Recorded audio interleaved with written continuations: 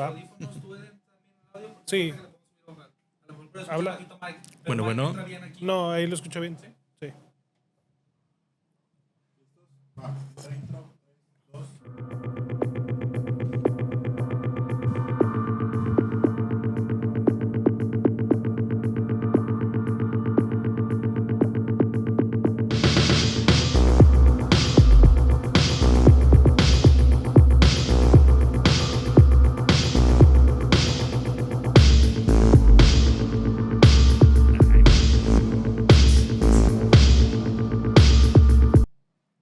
Fresón. Ok, hola, buenas tardes, noches. Bienvenidos a su podcast B-Sides. Ahorita estamos aquí experimentando con un nuevo formato en donde no está Toño, gracias a Dios. Pero pues aquí lo estoy suplantando, no sé si para bien o para mal. Y les traemos esta nueva visita, Mike Villarreal. ¿Cómo estás? Mucho gusto, gracias por recibirme. Pues listo para hacer la platicada. Está interesante el tema hoy. Okay. Con todo esto que está fresco del vibe coding, lo bueno, lo malo, lo hay que tener cuidado. Sí, va, la idea es esa. O sea, Mike lleva pues muchos años trabajando como programador. Es un programador que desde chiquito ha empezado a hacer cosas interesantes, pasando por medicina, más de datos. Vaya, le ha hecho de todos lados. Entonces, la idea es que Mike nos cuente sus experiencias ahorita con todo el tema de uso de IA, cómo lo estás usando. Nosotros últimamente, el podcast ha sido mucho de IA, porque es el tema, o sea, todo el mundo lo estamos usando, y la finalidad es, pues, desde tu perspectiva, ver qué podemos aprender de esta, pues, experiencia que tienes y de lo que estás experimentando. Ahí nos traes unos ejemplos, y que nos cuentes, o sea, más o menos, pues, para empezar, ¿no? O sea, ¿de dónde surgió tu necesidad esta de desarrollar? Porque pues este es un podcast de desarrolladores y para desarrolladores, y la idea es ir transmitiendo eso. O sea, ¿cómo empezaste? Y de ahí darle, ¿no? Hasta llegar al punto del tema que traes ahora. No, pues si nos vamos meros inicios, para que se den una idea de la prehistoria, yo empecé con Yahoo Geocities. Tenía como 5 años. En esos tiempos, para los que saben de maquetado HTML, ni siquiera existía el div, era puras tablas. Toda tu página era puras tablas, rows, headers de esos tiempos. Y cuando prácticamente todo parecía esta página de Homero de los Simpson, que están los GIFs acá sí, bailando. Sí. Muy retro. Muy retro, que en ese tiempo era la era la onda en ese tiempo. Era el vibe de ese entonces. Era el vibe de ese entonces, okay. Sí. O sea, desde morrillo empezaste a hacer sitios web. Sitios web, justo. Y porque empezó este tema de también ahí de la emulación, todo este show fue un poquito necesidad de aprender a cómo emular videojuegos. En ese tiempo lo que era el Game Boy Color. Ok. Para que me atrasé con lo de Pokémon. Ahí. Ya, sí, Pokémon fue como que tu principal aliciente para decir, oye, yo necesito saber cómo poder emular esto para poder jugar sin problemas. Justo, ¿no? Y aparte, por ejemplo, a nivel familiar, tanto mi mamá y mi papá fueron informáticos. Okay. Mi mamá tenía libros de DBase 3, por ejemplo, Pascal, Basic.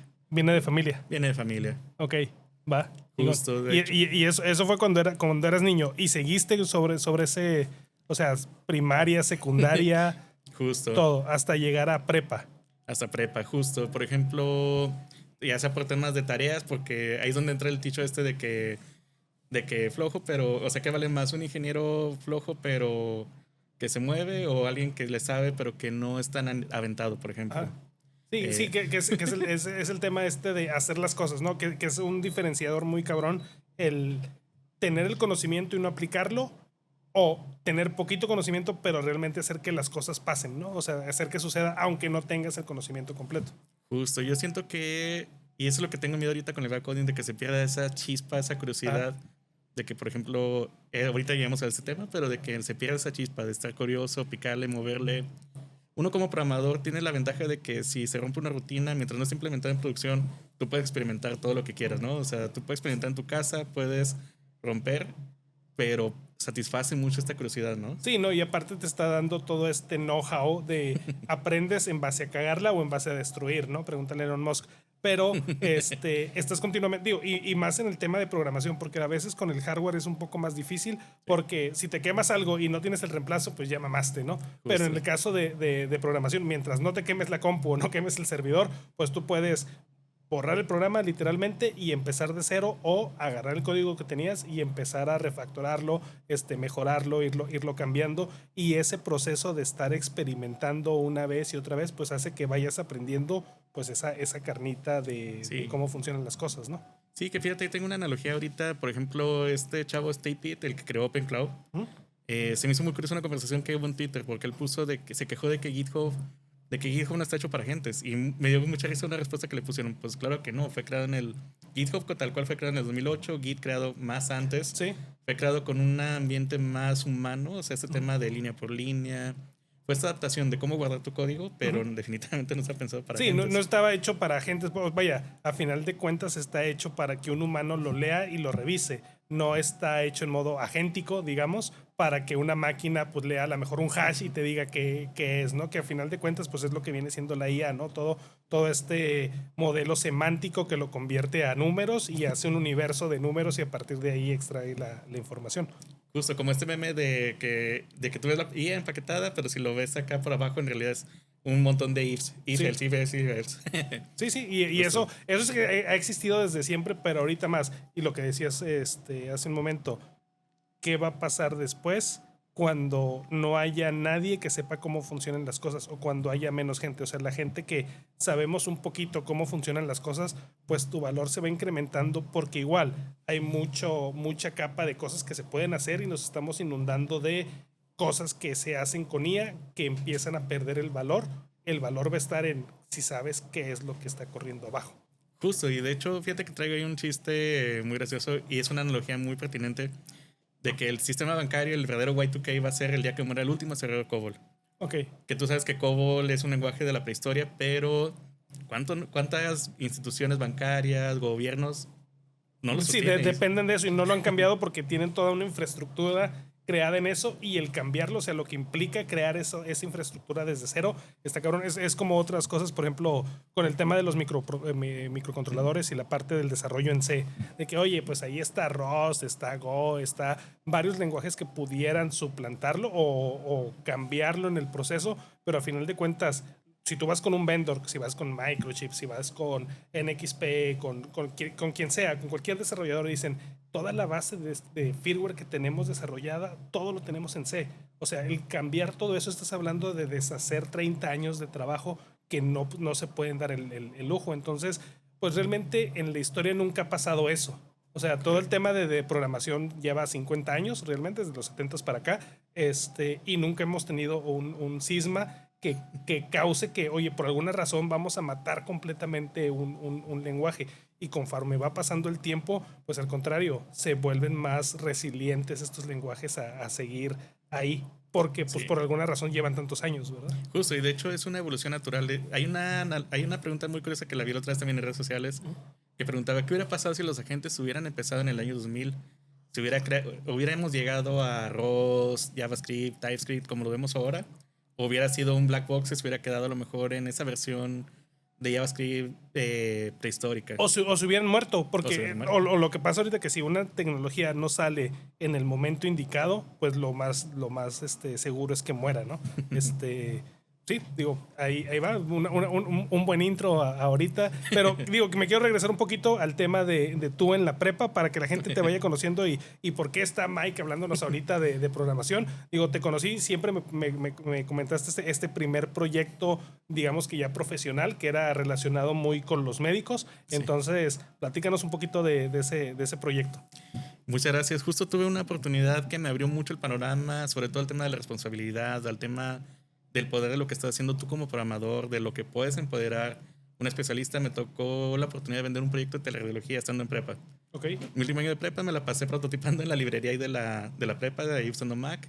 Un día vi un video que unos japoneses estaban poniendo iPads en una cirugía. Ajá. Y dije, tengo que hacer eso. Fue ese chispazo de, oye, por aquí es mi carrera, quiero dedicarme a esto. Okay. Y empecé a vender el proyecto en Durango. Yo soy originario de Durango. Okay.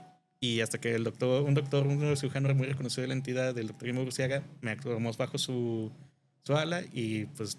¿Qué dijo? Ayúdame a hacer esto. Ayúdame a hacer esto, me interesa. ¿En qué año fue eso más o menos? 2009, 2010. Ok, sí, digo, hace no mucho, para mí 2009, 2010 ya estaba casado, hijos y ya estaba trabajando como burro y tú estabas haciendo proyectos, o sea, ya que tenían un cierto impacto. Y que, o sea, ¿hasta dónde llevaste ese proyecto? ¿Qué fue lo que entregaste? ¿Cuál fue tu MVP? O sea, todo ese trabajo que dices ahorita que estuviste haciendo en ese último año de prepa, ¿en qué resultó?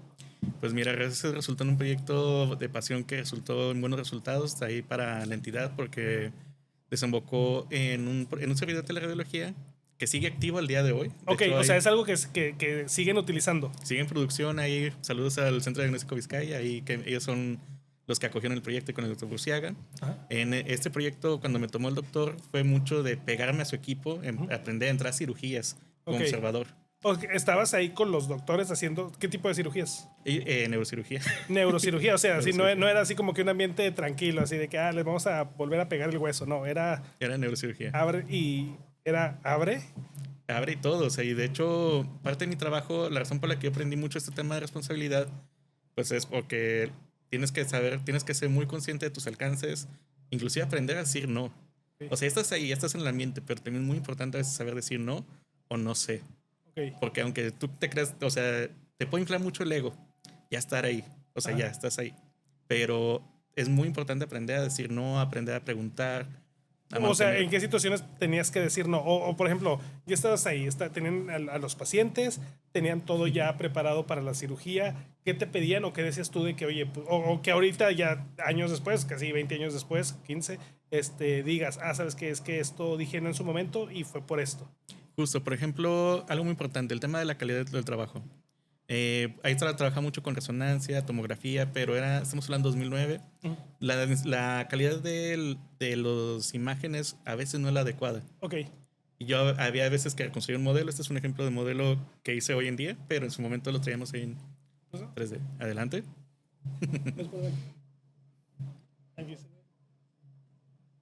Es una. ¿Qué es esto? Una vértebra. Una lumbar. Sí. Justamente. Va. Ahorita esta se ve muy bien y todo, pero Ah. por ejemplo, yo apoyaba al doctor, le hacía estas reconstrucciones y él decidía cómo hacer el abordaje de su paciente. Yo nada más le presentaba la imagen, doctor, aquí están las imágenes, y él decidía el abordaje, o sea, él me indicaba mucho de que, oye, no, hazme esta reconstrucción, quiero ver esta vista, tal. Ok. Y sobre eso él decidía cómo hacer el abordaje de su paciente, pero yo nada más le probé la imagen. ¿Y cómo proveías esas imágenes? O sea, ¿hacían la tomografía o la radiografía? ¿Y qué tomabas tú de eso? O sea, técnicamente, ¿qué te entregaban y tú qué le presentabas al doctor? Los discos del estudio del paciente, Ajá. yo los procesaba, imagínate un servidor PACS, o sea, los que de radiología, estamos hablando de un formato que se llama DICOM, muy analogía de AutoCAD. Ok. Prácticamente es CAD porque tenemos un voxel. Ok. Y dependiendo de la anatomía del paciente, sus tejidos, músculo, hueso, es el grosor de ese píxel, de ese voxel. Ok. ¿Y qué es un voxel? Un píxel en 3D. Ok, va. Un cubo. Sí, vaya, un cubo. O sea, es un cuadrito que está en la pantalla. Entonces tú, reconstruyen todas las imágenes aparte de voxeles. Es Tú correcto. puedes, así como, digo, quienes sepan de impresión 3D, pues todo esto lo que hace es lo divide en capas. O sea, tú en vez de capas, a lo mejor cada capa la divides en puntitos, que son, bueno, no son puntos, serían mini cubitos y todos esos cubitos están unidos y forman todo este Justo. sólido. Y por ejemplo, los que han visto YouTube, los que llevan mucho tiempo viendo videos, tenemos también la calidad y densidad de píxeles, voxeles. Ok. No es lo mismo a lo mejor una resonancia 0.3 a una de 3 telas, que es la unidad que usa la resonancia.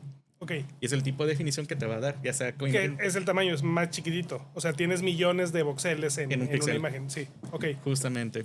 Y hay veces que el estudio por temas de que, oye, el paciente se movió, no salió bien la toma ese día, por cualquier razón.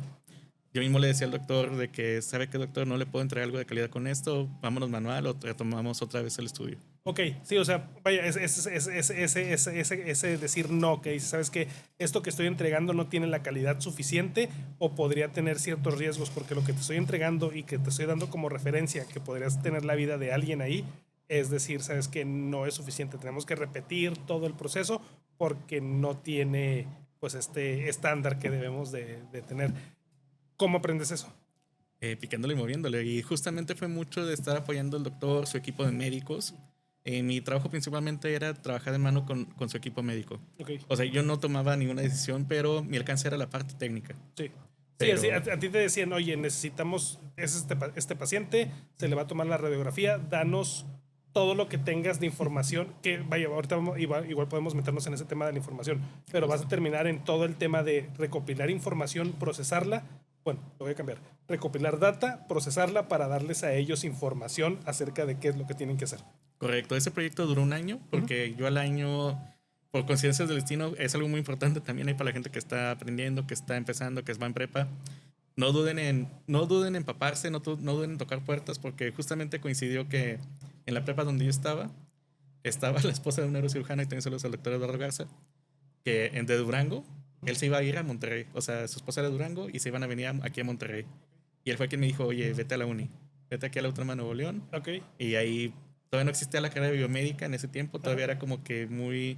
O estudias ingeniería o estudias medicina, todavía no estaba unida la carrera, por lo menos en el sector público. Y fue el aliciente para yo venirme para acá. Entonces terminaste la prepa con el proyecto. Entre el proyecto. Se quedó el proyecto trabajando. Alguien más lo siguió utilizando. O sea, toda esta picar piedra que hiciste, alguien más ya lo tomó, ya avanzado, y le siguió y se volvió un proceso dentro del de la clínica, de hecho, porque lo importante, este proyecto ayudó mucho a muchos pacientes, pero en realidad el verdadero bonus ahí fue la infraestructura que se creó para soportar este proyecto. Se creó lo que se llama un Cyberpax, que es lo que soporta estos estudios de radiología, es la infraestructura que opera tanto un departamento de radiología como un hospital, para poder compartir estas imágenes de manera segura entre el equipo médico, los especialistas, todo.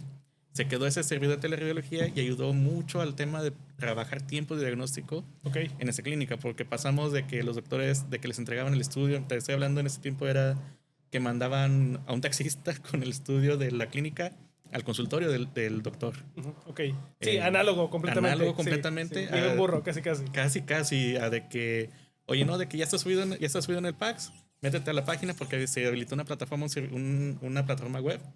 Y me acuerdo una vez que una doctora que estaba muy sorprendida de esa capacidad de que dijo, oye, es que no manches, estoy en la carretera, voy con mi iPad y desde la carretera estoy mandando un reporte de diagnóstico. Ok, sí, facilitaste, que es un poco el trabajo de los ingenieros, que a final de cuentas, que es un poco del dilema de los ingenieros. O sea, estamos hechos, hasta genéticamente lo puedo decir, porque naces con eso, pese que por ahí existe mucho es que lo puedes aprender y lo haces. O sea, el talento, muchas cosas vienen. Entonces, que hayas empezado desde joven y que tengas esa espinita, pues a todos nos pasa, los que digamos que hemos hecho una carrera y que vamos creciendo y vas cambiando y vas metiéndote en diferentes áreas, no importa qué área. Recuerdo mucho a Rafa Díaz de León, de ahí del grupo de Hacker Space, el buen Rafa, que él tiene mucho el tema del autoaprendizaje. Entonces, si tienes la capacidad de aprender por tu cuenta, realmente no tienes tantos límites, porque pues tu límite es nada más el scope que le puedas dar, porque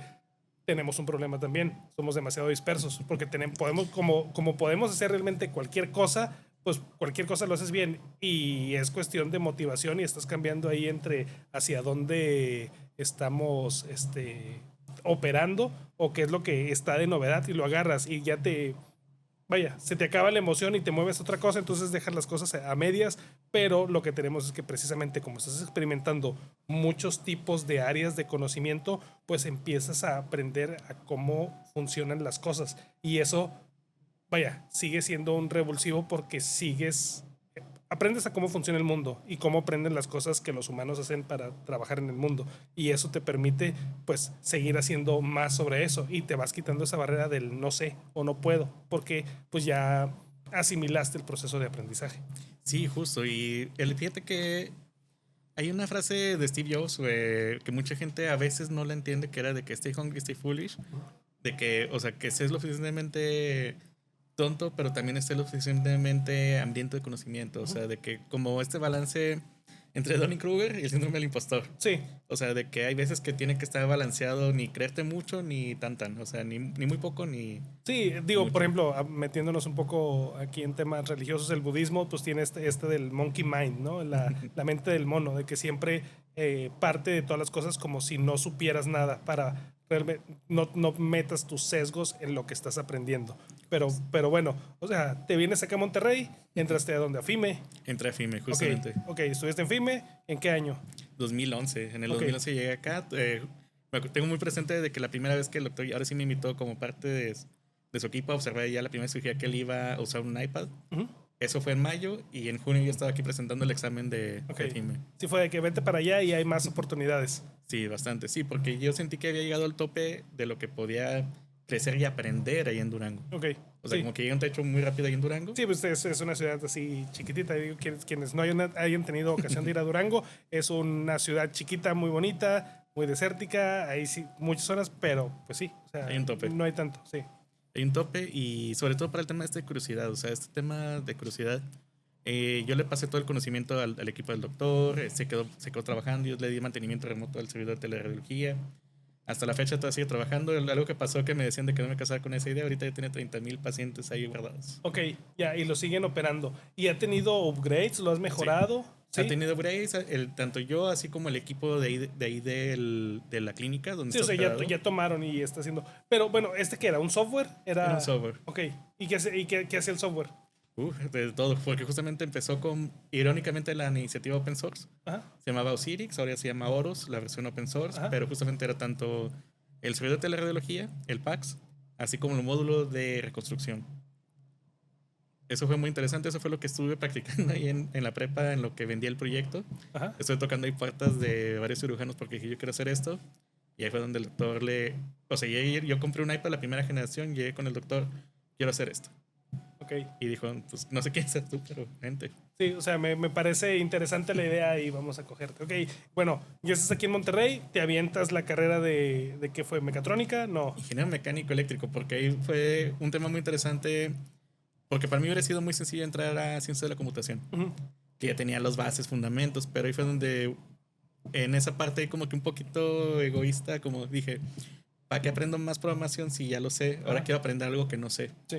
Y metí ingeniería mecánica eléctrica para aprender como los fundamentos, ampliar mi espectro de Ujú. conocimiento. Ahí tuve la oportunidad de conocer a gente muy padre, muy interesante. Hay muchos saludos a toda la gente del CIDE, del Ujú. CIDIX. O sea, sobre todo, me acogió mucho el departamento de ciencia de los materiales de ahí de FIME, Ok. de posgrado. Ok. ¿Y Ahí qué hiciste ahí? O sea, ¿hiciste proyectos mientras estabas en FIME o...? sí, tuve la fortuna de apoyar en algunos proyectos ahí. O sea, siendo estudiante, apoyé proyectos de posgrado, Ok. de doctorado, justamente muchos conocimientos de estos de CIRIX, aplicarlos ahí, irónicamente temas de guías e implantes, también yo aprendí mucho de temas de fundición, o sea, fue ida y vuelta, fue muy enriquecedor ese periodo en temas de conocimiento ahí, tanto con el doctor Marco Antonio Ludovic, Arturo Juárez, que ellos eran profesores ahí de ciencia de los materiales. Ok. Les agradezco mucho a ellos, también a todo el equipo de estudiantes de posgrado.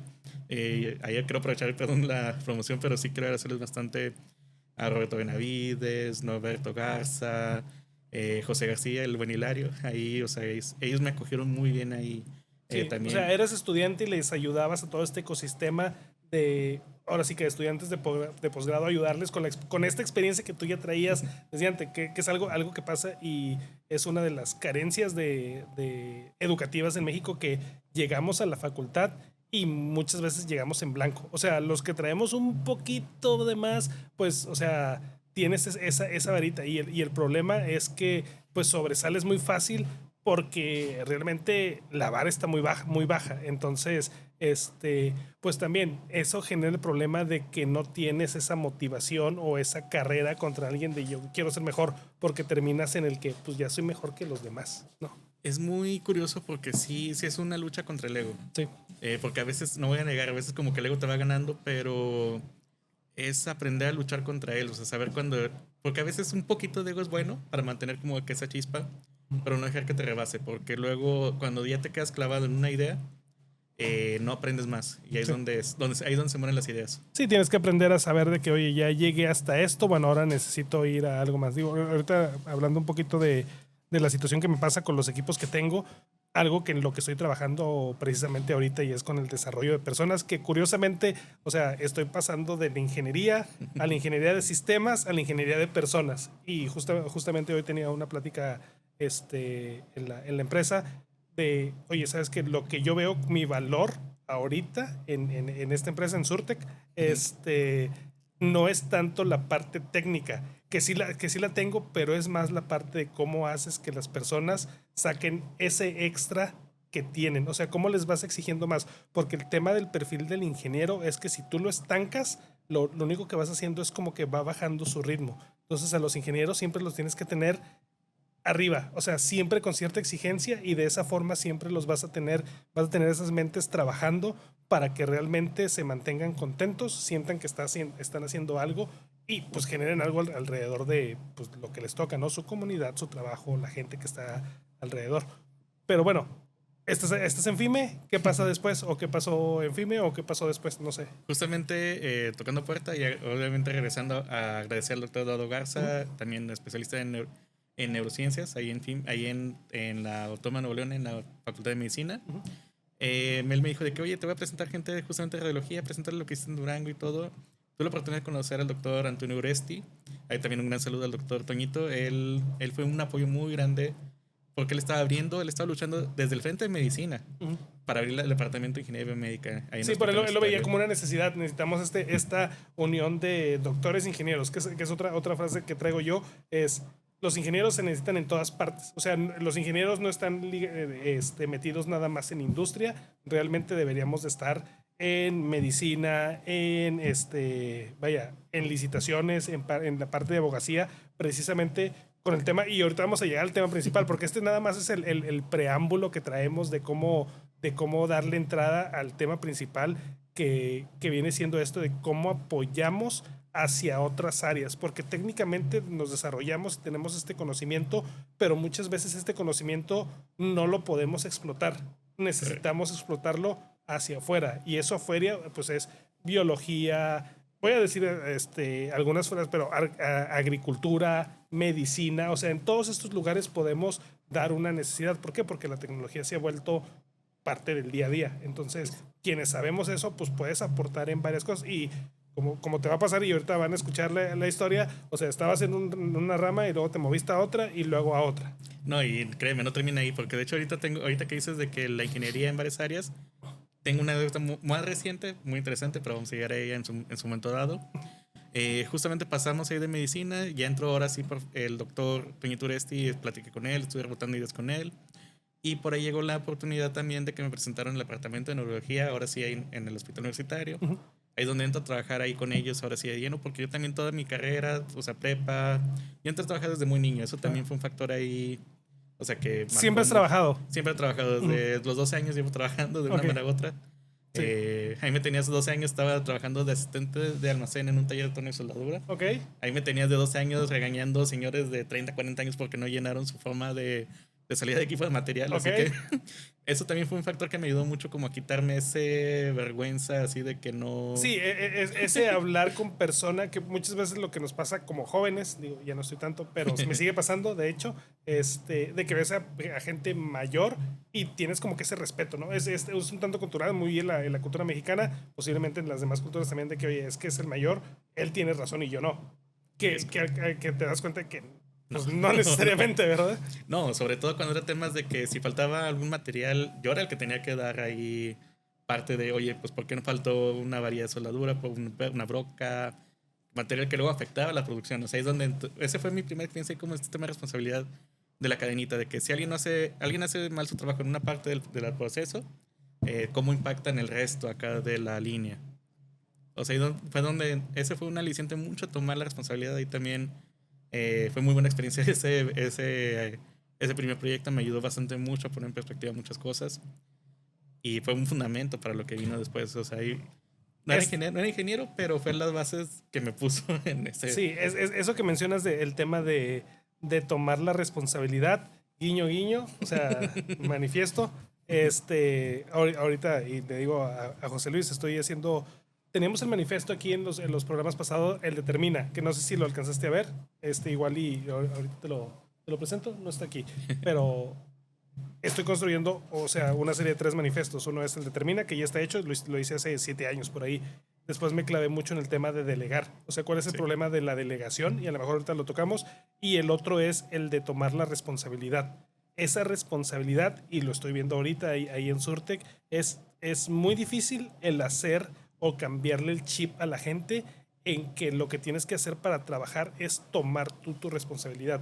Culturalmente en ambientes laborales, lo que permea más es quitarte las responsabilidades, querer no tener ninguna responsabilidad porque crees que sí estás a gusto, cuando en realidad pues tu jale y lo que tienes que hacer es tomar la responsabilidad y no la sueltes porque ya es tu responsabilidad hasta que realmente deja de serlo. ¿Cuándo deja de serlo? Pues cuando todo lo que tú tenías que hacer en esa tarea o en ese proyecto o en ese ente ya no le puedes dar más y se lo vas a proporcionar a alguien más o lo dejas, pero lo dejaste terminado. Entonces, esta serie de manifiestos va precisamente a eso, terminar de legar y tomar la responsabilidad. Es un circulito y deberíamos de estar trabajando en él. Sí, porque al final de cuentas, hay veces, parte de este tema del ego, o sea, de saber balancearlo es cuando, cuando haces que algo funcione y cuando te vuelves un bloquear ahí, Ujú. cuando bloqueas un proceso. Es una evolución natural, hay veces que tú puedes tener ahorita un proceso muy óptimo, pero van cambiando condiciones externas, internas, y tienes que tener la humildad suficiente para saber, oye, sabes que esto que funcionaba el año pasado ahora no funciona, tenemos que evolucionar. Y hay veces que tú eres el blocker por hacer el proceso de una manera y tienes que ver, oye, ¿cómo puedo evitar que esto siga evolucionando? Sí, algo que también está pasando, porque ahorita, así como ven aquí grabando un podcast a las 8 de la noche, 8:45 casi, pues digo, vengo de un trabajo de todo el día y precisamente algo que pasó el día de hoy fue el dar a conocer un sentimiento de expresar, oye, estoy viendo esto y esto y esto y esto, expresarlo por escrito y expresárselo a todos los que estamos involucrados y ver que, o sea, todos asienten pero les falta ese tema de decir, ok, tienes razón, ¿qué hacemos? O sea, la respuesta fue, o sea, hay todas estas cosas que podemos hacer, que estoy viendo, el chiste es el tomar, o sea, no está la respuesta que esperaba de decir, ¿sabes qué? Es que hay que hacer esto, hay que hacer otro. Entonces, ¿qué nos toca? Empujar. O sea, pues ahora es hacer esto. Y ese chip que es el ejemplo, digo, por eso quiero como que andar un poquito en tu historia con el tema de la diferencia es el vamos a hacerlo y hacerlo. Y luego vamos a hacerlo y hacerlo. O tal vez, digo, algo que me pasa a mí, que siempre tengo ese como fantasmita, que es yo no lo hago, pero por alguna razón hago que los demás lo hagan. Entonces, es lo que me pasa, es como que mi pro y mi contra. Entonces yo siempre tengo esa sensación de que no estoy haciendo las cosas, pero siempre estoy haciendo que los demás las hagan. Entonces, vaya, el punto aquí es cómo en esta pequeña historia que nos vas contando es siempre hacer, o sea, siempre estás haciendo algo, siempre estás aportando algo. Y en aportar llegaste a la al universitario, al área de neurología, haciendo qué. Ahí llegué a apoyar el desarrollo de un expediente electrónico interno. Ajá. También ahí fue una experiencia también muy grata porque ahí también fue esta evolución también de la responsabilidad. Ahí también tuve un bastante apoyo ahí del departamento. Ahí, sobre todo, saludos al doctor Fernando Góngora, Héctor Villarreal, la doctora Ingrid. No, hombre, o sea, me puedo echar media hora ahí dando agradecimientos, pero en general la experiencia tanto en la Autónoma de Nuevo León, lo que fue el departamento de neurología, y luego después me jaló el departamento de anatomía humana. Ok. Me dijeron, no, y tú vente para acá. Ya. ¿Y estabas trabajando con ellos? O sea, ¿seguías estudiando o ya fue Sí, después? no, seguí estudiando. De hecho, siendo completamente honestos, yo no egresé. Ok. Porque justamente, pues yo todavía tuve que trabajar. Yo llegué aquí, de hecho, historia medio graciosa, yo no le dije a mis papás cuando iba a aplicar el examen. Yo me pagué mi examen, pagué mi autobús y hasta que ya tenía todo, ahora sí ya le dije a mis papás, oigan, me voy a montar. Ok, ya. O sea, porque sabía que si les decía antes, no, hombre, o sea, les dije como una semana antes Ajá. y ya, pobre mi mamá, pobre mi papá, pero pues Así fue. así fue, Fue o un sea, vamos, voy a hacerlo y pues no es pregunta o no estoy pidiendo permiso, sino voy a hacer esto. puede ser. Entonces, ya estabas ahí. ¿Qué más te jaló a la anatomía después de ahí? Sí, para contexto, el departamento de anatomía humana tiene mucha relevancia porque es una de las materias base justamente ahí de la Facultad de Medicina. Sí, es donde trona todo el mundo. Es donde entrena a todo el mundo. Sí. Justamente ahí apoyo en varios proyectos, tanto en la parte, o sea, parte educativa, parte de infraestructura y parte también luego académica. Ok. Acá, a digitalizar varios procesos, a permitir justamente... Hay una frase que me gusta mucho de los militares gringos que es el multiplicador de fuerza. Ok. O sea, cuando un factor es capaz de apoyar en varios frentes o capaz de generar una diferencia. Haz de cuenta, así es como yo vi mucho mi rol, no tanto en la parte de que, oye, voy a ser ingeniero y voy a hacer sistemas, sino entrar a un departamento, ver áreas de oportunidad y darle las herramientas correctas a las personas apropiadas. O sea, ser ese factor diferenciador de que, oye, ¿sabes que esta persona es la especialista en temas de medición anatómica? cómo podemos darle más poder a su labor.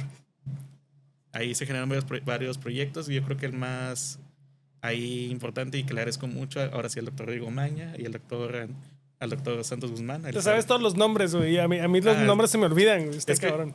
¿Conviviste mucho con ellos? Sí, tuve mucha fortuna de trabajar ahí con ellos. También fue un periodo ahí muy que agradezco mucho, o sea, también a todo el departamento de mi humana. También de una vez te pido perdón porque ahorita que dices eso, yo tengo una memoria condenadamente buena, o sea, no es fotográfica, pero en teoría por lo que me dijeron es eidética, es el contexto que tengo. Entonces, yo te puedo decir desde que tenía 2 años a la fecha. Ok, sí. Grabado todo. Estás cabrón, güey. De hecho, yo ahorita tengo el problema, y lo decía hace rato acá en la oficina, es eso, o sea, estoy viendo tantas cosas que se me olvida, o sea, como tengo demasiadas cosas, o sea, demasiadas cosas. El tema es de que me está pasando mucho me cambio de contexto, y si no traigo esta madre y si no lo apunté, o sea, o sea, se me va. Entonces tengo que tener second brain de aquí, anotando todo, porque me está pasando eso. O sea, es tanto que ya no, o sea, no alcanzo a abarcarlo. Y tú dices, oye, pues se me queda todo, que sí, o sea, qué chido. No sé si sea una bendición o una pesadilla, pero sí, tiene sus pros y sus contras. Tiene sus pros y sus contras. Es muy útil en un contexto académico, contexto laboral, sí. Pero de repente no tener ese switch de poder de que olvidar cosas. Eso es lo que está ahí de repente. Sí, el no tener este tema de antimeme, está cabrón. Ok, va. Sí. Digamos. Sí, por eso puedo entrar en detalle en muchas cosas, pero sí, justo ahí regresando al departamento de anatomía humana, una experiencia que me marcó mucho ahí fue porque empezamos a digitalizar justamente el laboratorio ahí de piezas anatómicas. O sea, ellos tienen ahí como un catálogo así de piezas anatómicas, ahí que usan para enseñanza. Es un tema también muy ritualístico. Eso es lo que yo agradezco mucho de estar ahí, porque para ser un área muy de ciencia, también tiene este factor ahí ritual, este factor humano. Ajá. Y eso me da cierto confort ahí, porque sí. Ok. ¿Te quitó los robots o te evitó un tanto? Me evitó llegar a robots, sí, más bien. Exactamente. Sí, porque afortunadamente la vida pues me enseñó humildad a veces a fuerza, o sea, y ahí lo pude un poquito seguir con eso, pero sí, en ese proyecto yo aprendí algo que se llama fotogrametría. Ajá. Tenemos una pieza, le tomamos fotos a todo el sector, y en base a esas fotografías, teniendo un fondo correcto, se pasa una reconstrucción volumétrica. Ok. O sea, podemos obtener una visión 3D de esta pieza. A partir de puras fotos 2D. A partir de puras fotos 2D, teniendo lo suficiente overlap para esas fotos. Okay. En ese momento empezamos a digitalizar todas las piezas que pudimos y fue una experiencia muy enriquecedora espiritualmente también, porque pasé horas ahí encerrado ahí en el anfiteatro ahí del universitario. O sea, y me acuerdo que al principio pues yo nunca batallé con temas así de, pues digo, desde 16 años andaba entrando a quirófano, nunca batallé en temas ahí de sangre, cuerpos, todo eso. Afortunadamente no. Sí. Pero un día de repente estaba digitalizando yo un cerebro. Ok. No, yo creo que digitalicé como 10 cerebros, yo creo. Y un día, o sea, mi compañero Ángel, el que era el encargado del anfiteatro, me dijo de que, oye, ayúdame a manipularlo, ahorita yo estoy ocupado con esto. Ah, ok, está bien. Y agarro el cerebro, lo empiezo a posicionar yo para tomarle las fotos correctas. Y de repente un día, como yo soy muy enfocado, al principio no me di cuenta, de hecho no me da risa que no me he dado cuenta, pero está creando un cerebro, y te estoy hablando, un ser humano es como de este tamaño, o sea, no está muy grande. Okay. A veces nos imaginamos una cosota acá y no, o sea, en realidad... Es una gelatinita, es un flan napolitano. Así. Es un flan napolitano, pero te juro, lo tenía así. Ajá. Y de repente hay estos flashazos así como de realidad. Ajá. Y me quedé pensando de que, madres, este es toda la vida, memorias, deseos. Sí, el cerebro de alguien. El cerebro de alguien. O sea, alguien vivió aquí toda una vida, experiencias buenas, malas. O sea, me entró así como que ese filosófico acá. Okay. Y, guay, sí está cabrón. O sea, está... Sí, fue una epifanía muy rara, así como que en dónde estoy y por qué estoy agarrando lo que pudo hacer a alguien, o sea, lo que en algún momento fue una persona. Exacto, sí, no, o sea, tuve muchas historias de ese tipo que afortunadamente me ayudaron mucho a mantener como esta parte filosófica, nunca llegar a esa parte robótica. Regresando un poquito a Durango, tuve experiencias porque también trabajé en el hospital donde me reclutó el doctor. Ajá. Ya trabajaba en un hospital implementando un sistema de inventario de medicamentos. Ok. O sea, yo estaba digitalizando toda la farmacia acá, de que códigos QR, códigos de barras, y ahí fue donde empezó como que, oye, siento que aquí en medicina hay algo, empaparme del área. Y justamente ahí, ahí fue donde entró como que mi primer proyecto de ingeniería bien, o sea, Ajá. personal es... Había un ultrasonido feo, así viejito, pero era el que tenían. Ok. Y me puse de repente ahí, pues pasaba las tardes, en la mañana iba a la prepa, en las tardes me iba a trabajar. Ajá. Y de repente pues ya acababa mi jale y en lo que estaba esperando que había, de repente estaba bien el ultrasonido y es como que a ver qué le puedo hacer. Y me acuerdo que tenía esta entrada, ¿te acuerdas de las entradas RCA, no? Que era Ajá, sí. blanco, rojo, Sí. amarillo, ¿no? Esa era la generación anterior, los que eran de rosca.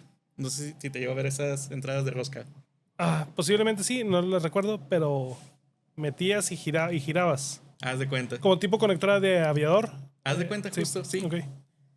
Y me dio curiosidad porque ya lo estaban usando el hospital para gine, Ok. para estudios de señoras embarazadas y así. Y dije, pues estaría padre si le puedo capturar el video, Ujú. porque tenía impresora, pero ya era muy viejita y no había ya refacciones para la impresora. Ok. Y lo que hice fue de que estuve buscando en Google, encontré en eBay varios adaptadores de USB, las primeras tarjetas capturadoras de video Ok. de estas USB, y me acuerdo que lo conecté a una compu. Y de repente me acuerdo el primer flashazo del ultrasonido a la pantalla de la compu fue así como que aquí hay algo. Ok. Sí, o sea, sí sacaste algo, o sea, de repente salió así como que, cabrón, ok. Lo puedo. Y yo me ponía a jugar con el ultrasonido, aprendí a manipularlo todo. Y una vez de repente pasó de que, para contexto, para marcar la historia, en la prepa yo me había lesionado la mano porque me brinqué una barra yendo por un balón, no lo hagan, porque luego hay 13 puntos. Ok. O sea, un fin de semana estaba todo acá vendado y me dieron, o sea, estuvo muy serio todo, me llevaron Cruz Roja, hospitalización, suturar acá porque sí era muy delicado el tema ahí de la lesión. Eso fue un viernes. Y yo trabajaba también sábados. Y me acuerdo que la dueña del hospital, la señora Gloria Vázquez, ahí también, saludos. A todo el mundo aquí va a ser puros saludos. Pero bueno, ella me dijo de que no, descansa, tómate mañana, descansa, al cabo, pues va bien el avance del proyecto, no te preocupes, no pasa nada. Pero yo estaba así de que pues yo no quería quedarme en la casa nomás ahí sentado y todo vendado. Y dije, no, pues voy a trabajar. Y nada, voy a trabajar ese día, estaba yo en mi oficina y porque también aprovechaba para descargar cosas. O sea, yo me había comprado ya una computadora para, para aprender, o sea, para la escuela. Y fíjate, ahí ahorita voy a platicar de un proyecto ahí también muy interesante de que piqué piedra literal. Ajá. Fue uno de esos proyectos ahí también muy introspectivos, pero bueno, yo tenía mi compu y aprovechaba para descargar de que videos, películas, ahí en esa época ahí también, de que no lo hagan chicos, ahí no piden. Pero sí. Y ya me acuerdo que me hablan, o sea, de que me hablan de que, oye Miguel, de que, oye, si ocupamos que vengas, pasó una urgencia, ocupamos que nos apoyes con algo muy importante, te mandamos el taxi. Y yo de que, no, hombre, ¿cuál taxi? Yo estoy aquí arriba. Ok. Y ya de que bajé y todo, el doctor que estaba de guardia tuvo que entrar a una urgencia de quirófano Ok. y no estaba disponible. Llegó otra urgencia de una señora, pues un tema ahí de un sangrado Ajá. con embarazo, y la doctora, por lo viejito que estaba el ultrasonido, no sé operarlo. Y pues entro yo a acomodar todo el cuarto de ultrasonido, tal, pero yo traía las dos manos vendadas porque también tuve lesión acá en la otra. Ok. Y estoy acomodando todo y yo nomás me acuerdo de que ya cuando salí me di cuenta que estaba la doctora y el esposo, así como de que porque viene un niño aquí Ok, sí. aquí a acomodar esto. Ya le dije a la doctora, mire, tal, aquí está el traductor, aquí está esto, aquí está esto, aquí está esto, le acomodé todo, prendí todo, pum. Y ya no me dije de que aquí toma foto y así, o sea, le di así el crash course en 3 minutos. Ok, sí. Le hiciste un bootcamp así súper rápido. Sí, o sea, crash course así, vámonos. Y ya, pues yo me salí para que pudieran hacer el estudio. Y tengo muy presente de que el señor nomás se me quedaba viendo, pero por eso él estaba en estado de shock. Pues me imagino, Sí, pues sí. el señor estaba... Y ya, eso fue también un sábado. Ahí, o sea, fue ese tema de que pasó eso. Y luego, para contexto, la prepa que yo estaba en Durango estaba en ese momento fuera de la mancha urbana. Ok. O sea, tenía un camioncito del Tec Milenio para que te llevaba luego al centro de la ciudad. Ya. A las 2 o 3 semanas coincidió de que el camioncito pues ya me dejó cerquita del hospital, justamente donde yo trabajaba. Pero ese día mi papá iba a pasar por mí porque no había, era día libre, algo así. Y estaba yo sentado ahí en un Oxxo, estaba esperando ahí. Y de repente, o sea, pasa un señor y me hace una palmada de que, joven, ¿cómo está acá? Y yo soy todo asustado, que, ¿qué onda? ¿Qué? Porque fue por la espalda. Y ya el señor de que, oye, de que soy yo, o sea, tú hace unas semanas estuviste en esto acá. Le está platicando a mi amigo de que, oye, no puedo creer que un niño andaba Sí, así, o sea, sí, fue muy surreal. era el que le enseñó a los doctores, ¿no? Sí, y regresamos a este tema de, o sea, el conocimiento hace que tú puedas apoyar a más personas. O sea, Sí. siempre está ahí. No importa ni qué edad tengas ni cómo lo adquiriste, el chiste es cuando lo puedes implementar. No, pero ¿sabes cuál fue la enseñanza que yo me quedé en ese momento? Ajá. De que el día, nada más porque una persona decidió ir a trabajar ese día, eso te estoy hablando que eso fue 2009. Ajá. Una persona que fue a trabajar ese día impactó en la vida de una persona, porque afortunadamente hasta donde supe del señor fue un susto nada más. Ok, O sea, quedó un susto, pero sí fue muy serio en su momento. ok. El señor me alcanzó a decir que, oye, no, gracias, todo bien, oye, gracias a ti, a la doctora por apoyarnos. Ya se fue.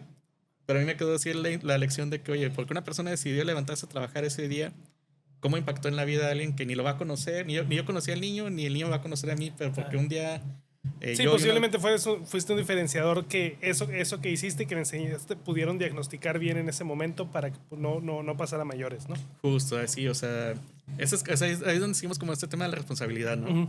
Porque yo creo que es la frase de este De podcast. este tema, sí, el tomar la responsabilidad y saber hasta dónde, pues vaya, hasta dónde la tenemos y hasta dónde podemos liberarla, ¿no? Sí, o sea, ahorita ahí siempre aprender nuestro lugar, todo, o sea, siempre, como ingenieros, pues es nuestra responsabilidad empoderar a otros, buscar soluciones, pero siempre desde el punto de responsabilidad, porque a final de cuentas, si algo falla, nosotros somos los que tenemos que responder por ello. Ahí, eso fue en ese momento. Ya pasando ya épocas ya más recientes, Ujú. seguí trabajando, seguí desarrollándome ahora sí ya en el sector privado, salí del trabajo en la Autónoma de Nuevo León Ajá. y entré al sector privado, empecé a trabajar ahí en varios proyectos, ahora sí dedicado 100% a desarrollo. Ujú. Y Programando. programando, sí. Sí. Y pasé muy rápido de desarrollador, pues relativamente junior, porque pues tienes que picar esa piedra, a ya más senior y empezar a empoderar ahora sí a tu equipo, a Sí. otros ingenieros. También, porque ahorita los chavos, por ejemplo, no todos iban a tener la misma experiencia que yo, pero no están forzados a tener la misma experiencia que yo. Sí.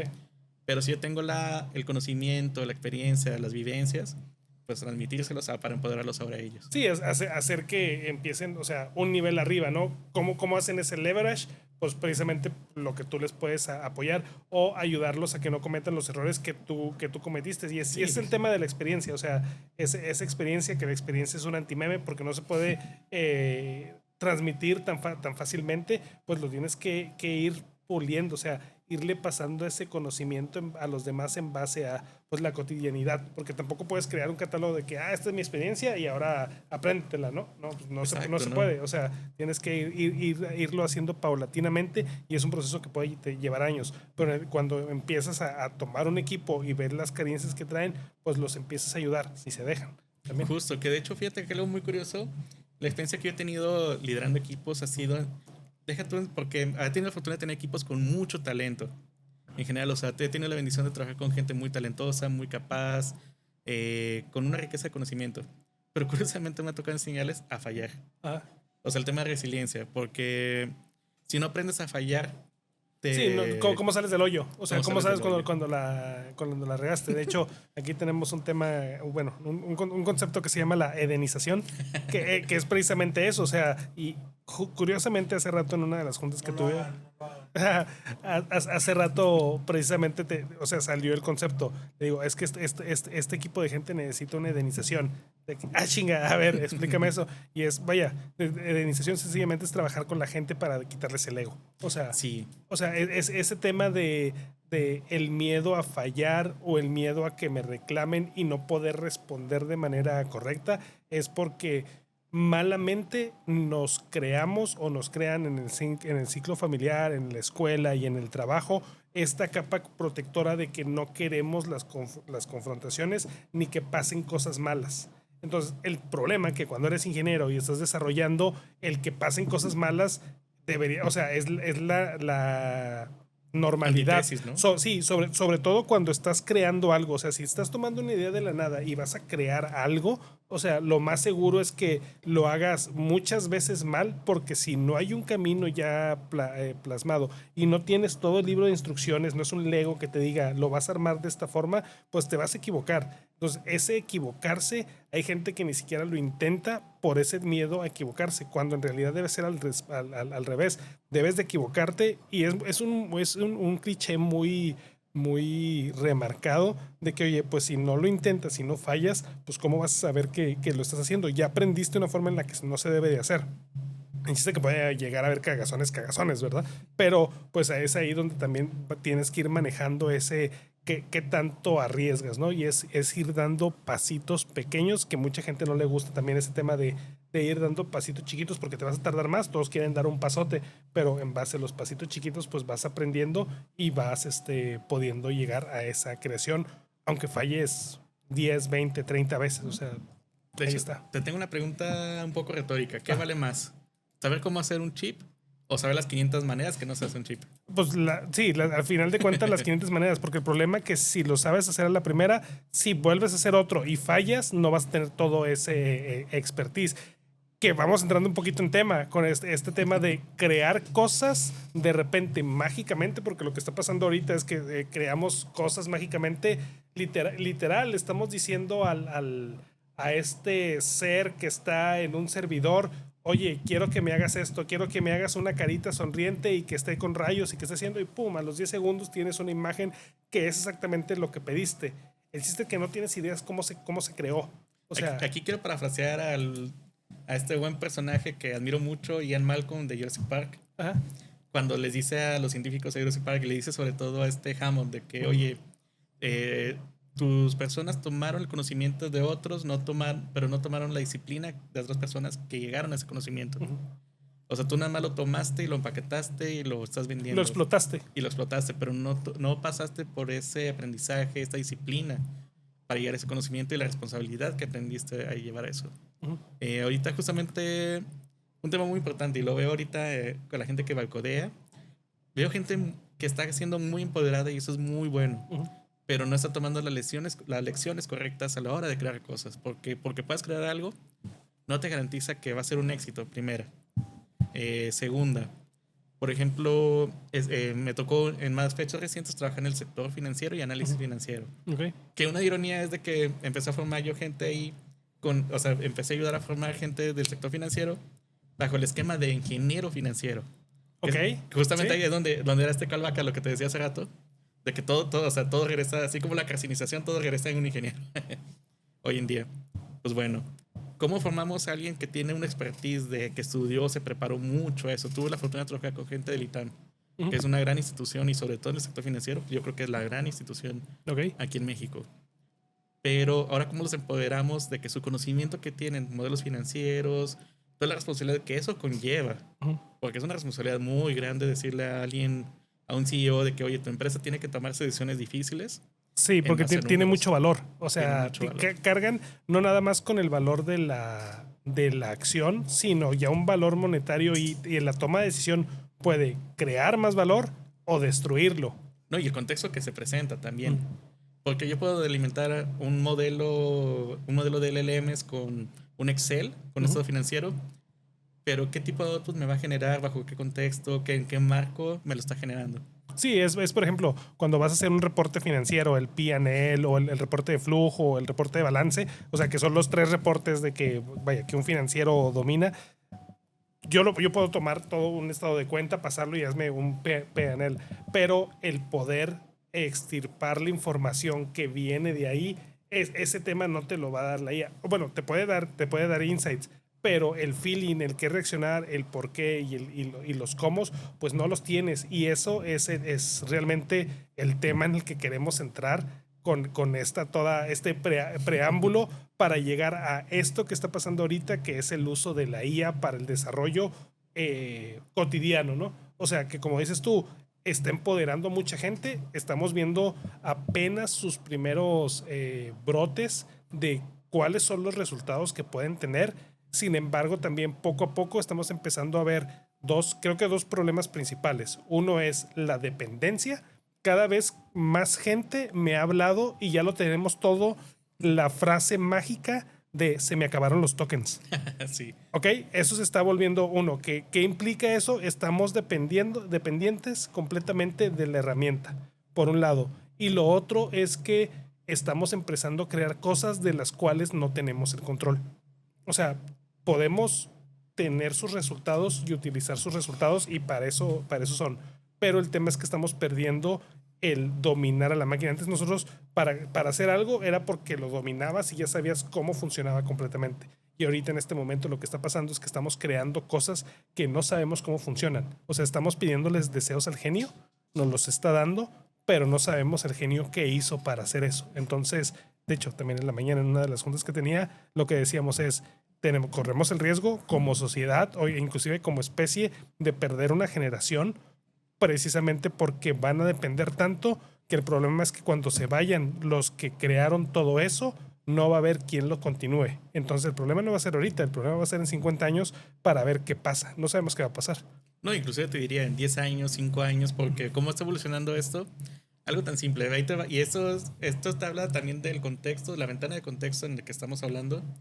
Ya ves que hace un año empezó este tema de que empresas grandes de inteligencia artificial empezaron a comprar a lo bestia memoria RAM. Ajá. Estamos hablando de que un disco, una tarjeta de memoria RAM que antes te costaba 1,000 pesos, ahora te cuesta 5,000, 6,000, 7,000 pesos. Porque se ocupa computación.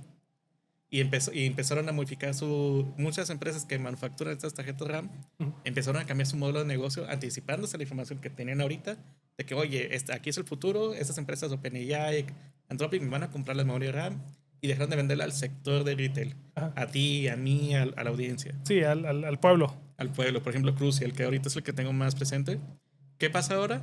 Google entró con un modelo de cuantificación de los tokens que comprime a lo bestia los tokens.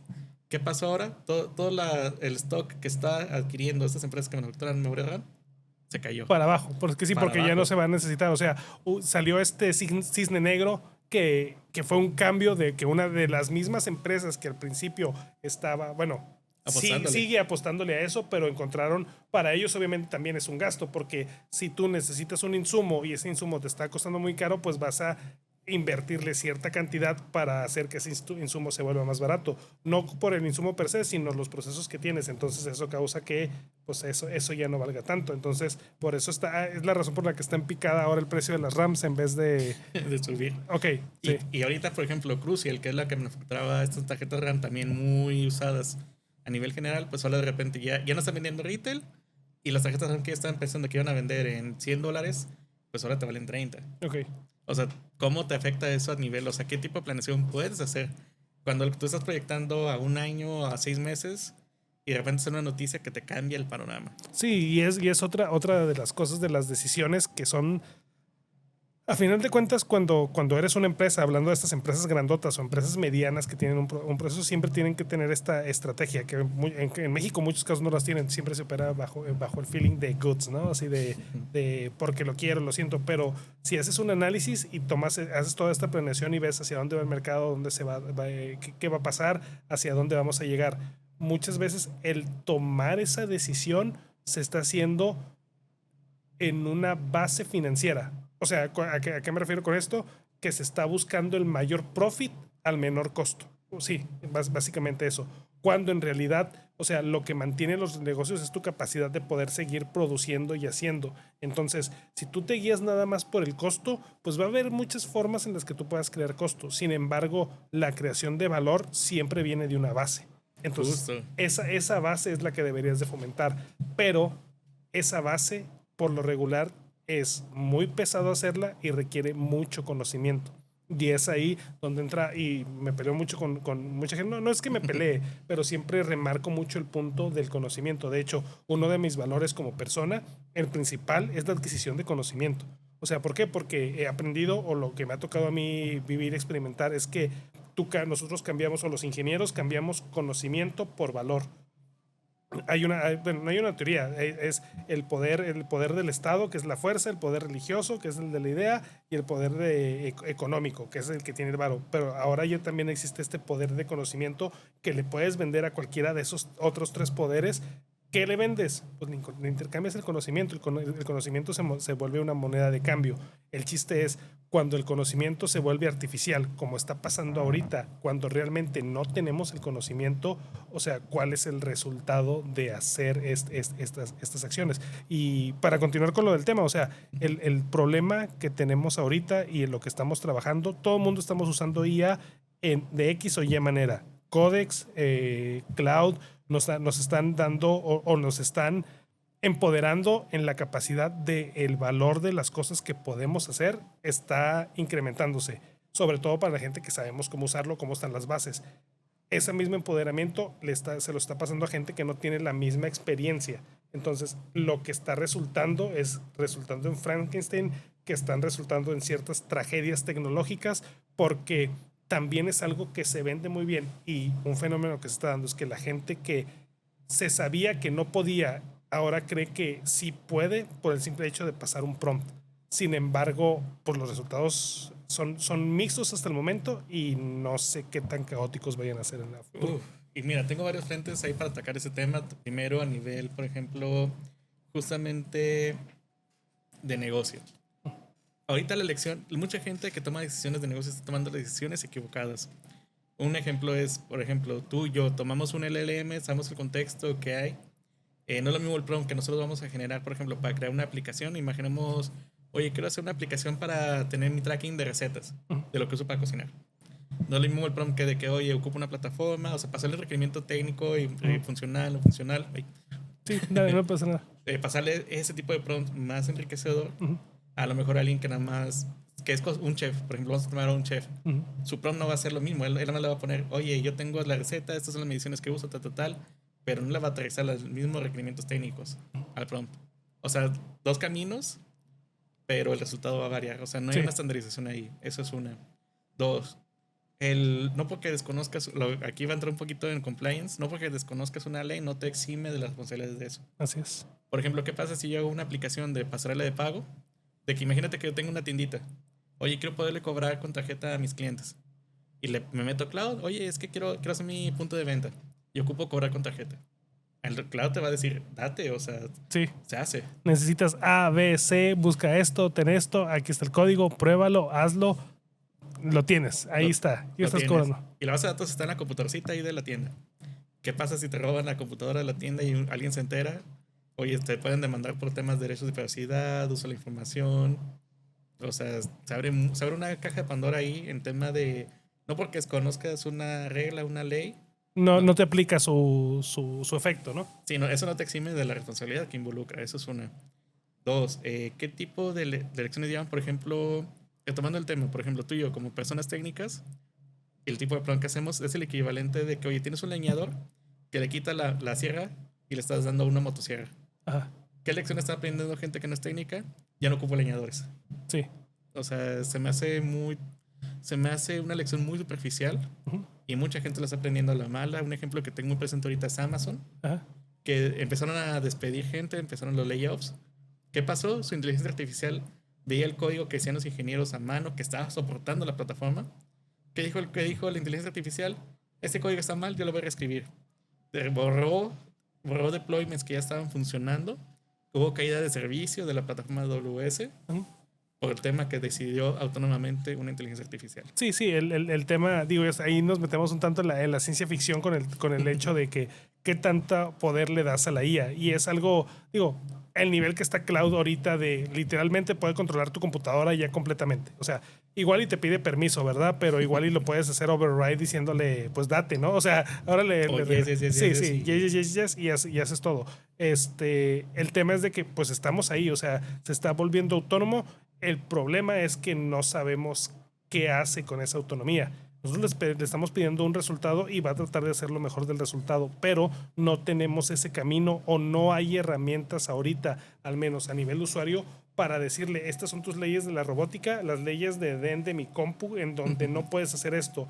Lo puedes hacer hablando de cloud, con archivos.md, donde les vas definiendo, no quiero que hagas esto, no quieres que haga otro, y ahí lo vas conteniendo, pero la mayoría de la gente no lo necesita.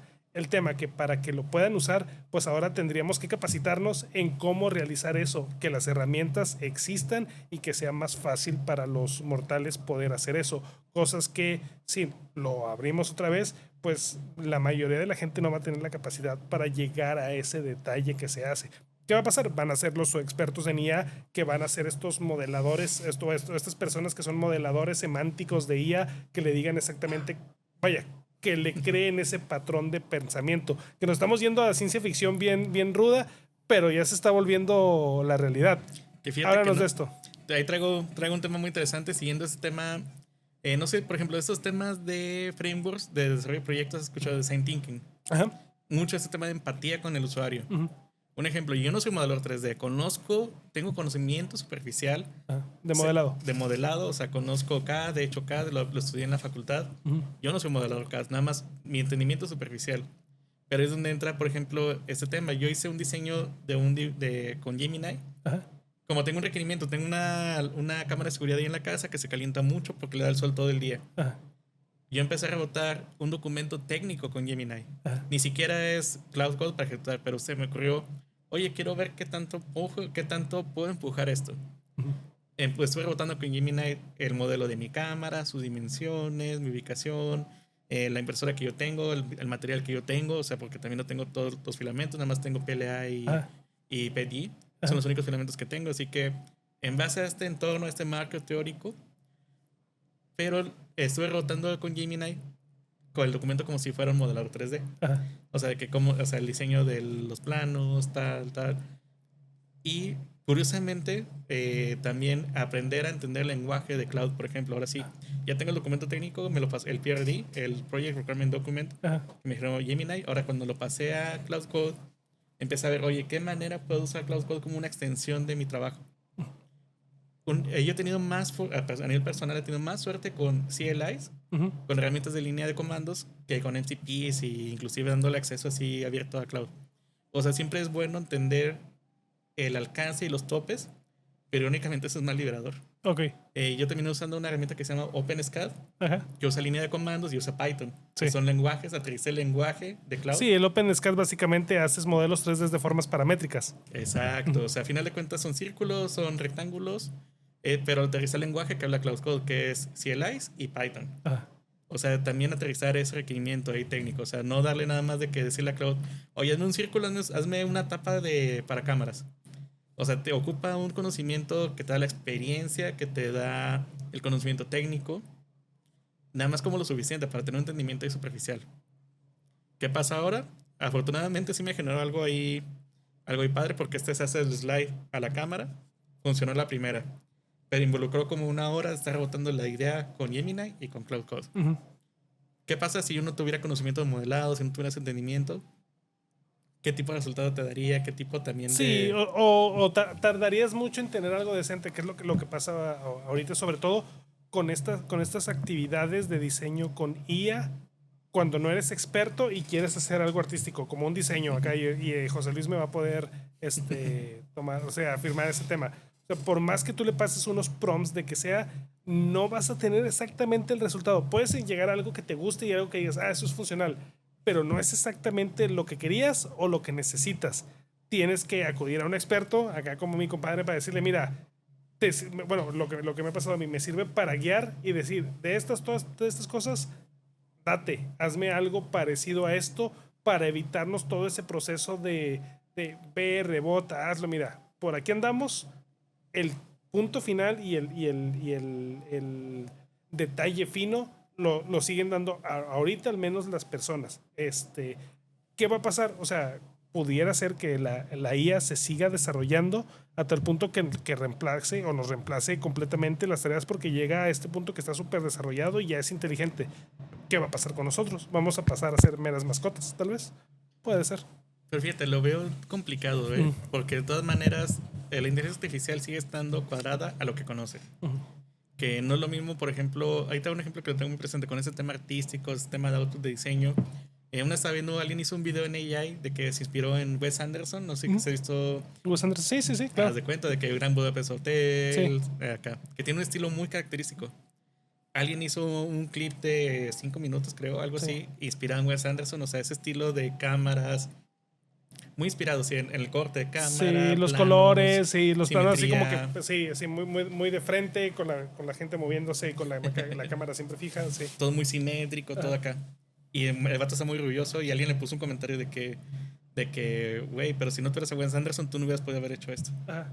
O sea, Y bueno, ahí entramos siempre en un tema. Hay, por ejemplo, de hecho, colgado en mi oficina, en la casa, tengo algo que se llama el Remix Manifesto, que dice que es, o sea, todo el arte ha sido el remixear a los anteriores. El chiste es, o sea, siempre está este tema creativo y que dices, es que yo me alimenté de los demás para hacerlo. Pero el tema de esto es que se vuelve también una copia. Entonces, ¿qué tanto podemos copiar y qué tanto avance tiene? por ejemplo, ahí te va. ¿Qué tanto cómo fue la evolución a lo mejor de una pintura al cine? Ya desde que el primero el séptimo arte. Uh-huh. ¿cuál es el octavo arte? Los videojuegos, Sí. algo generado Sí, con cuando AI. le agregaron interacción, fueron agregándosele dimensiones a ese tema, ¿no? Empezamos con la pintura, luego con la fotografía se le puso movimiento, se crearon las películas, ahora empezamos a interactuar con ellos, que son videojuegos. Y que eso es un enriquecimiento, eso es una evolución no es una derivación, porque ahorita yo veo los videos con AI, no veo que expandan, o sea, esto es una opinión personal, esto es Sí, subjetivo, claro. pero no, Es un buen punto, o sea, no generan algo más, sencillamente nada más están haciendo lo mismo de una forma diferente, más bonita u otro, pero también está ocurriendo este fenómeno, y no soy el primero porque ya lo empiezo a ver mucho en redes, el tema de que si está visto por IA, inclusive lo esquipeas, o sea, se empieza a crear este tema de que, güey, o sea, es IA, es IA, es basura, güey, pum, oye, lo sacas. Pierde la sensación de autenticidad. Sí, Eso sí. es o sea, porque desde el lado de vista digo, yo nunca me he considerado como un artista así muy cabrón, pero sí. Pero hace cierto trabajo artístico, güey. Ajá, exacto. Pero sí disfruto más, o sea, si bien algo generado con IA va a tener un montón de cosas, un montón de detalles y vas a decir, ah, güey, me vuela la cabeza, no es lo mismo. Por ejemplo, el día que te regalé la tabla de League of Legends, digo, a lo mejor no era una pintura tan impresionante, pero dices tú, si te tomas el tiempo, este güey le puso las sombras en los No, o sea, lo huecos, hiciste las a mano, piedritas. güey. ¿Cuánto tiempo Ajá. te tardaste? O sea, hubo dedicación en eso. Y para hacer eso, esa pintura, igual la pones aquí con una foto de qué estábamos hablando. O sea, fue la dedicación de este güey. ¿Cuánto te llevaste? ¿Un día? Según yo, como 18 o 19 horas. Ok, implica, nada puede sustituir eso. Ajá. Que el valor a lo mejor puedes decir, pues no es tanto monetario, es el hecho de tu trabajo plasmado ahí. Que puede estar más bonito, es que no se parece, sí, o sea, Sí, es que güey. tú le puedes decir a la IA, a ver, genérame una tabla así, así, la imprimes y... Sí, pero va a ser una tabla que cualquiera puede tener. Pero Bueno, esa en específico... acabas de tomar un punto, que es lo que está pasando ahorita. La IA permite que todos seamos programadores. Entonces, si todo mundo puede generar sus programas y solucionar sus necesidades, realmente ya no hay valor en hacer esas cosas. Entonces, el valor se va a trasladar a otros lados, que viene siendo pues aquel valor donde la IA no está implicada. fíjate, te voy a contar una anécdota muy curiosa ahorita ese tema de la subjetividad del arte, todo. Una manera que estuve practicando este invierno pasado, prompting, va a sonar muy random, luego les enseño fotos, pero estuve aprendiendo con Gemini y Nano Banana. Pues ya es que te puede hacer composiciones que de hecho están muy padres. Pero ahí entra la subjetividad tanto del arte, la audiencia, el espectador. Yo estoy practicando prompting. No sé por qué en Facebook de repente el algoritmo me mandó de que free Photoshop requests. Ok. Y es gente que pide, o sea, pidiendo requests de que, oye, quiero una edición de esta foto. Ok, ya, sí. Sí, de que, oye, Sí, desaparéceme esto, o quítame el güey detrás, o no sé qué onda. o de que, oye, esta foto es de mi papá, quisiera. Y la neta, llega un punto que mis prompts estaban bien cañón, pero la experiencia que aprendí es de que sigue siendo muy subjetivo quién es tu audiencia, lo que estás generando. Porque de repente era temas así tipo de que, oye, mis papás están separados y me acabo de graduar y quiero una selfie con los dos. Algo así de que, oye, es una composición acá.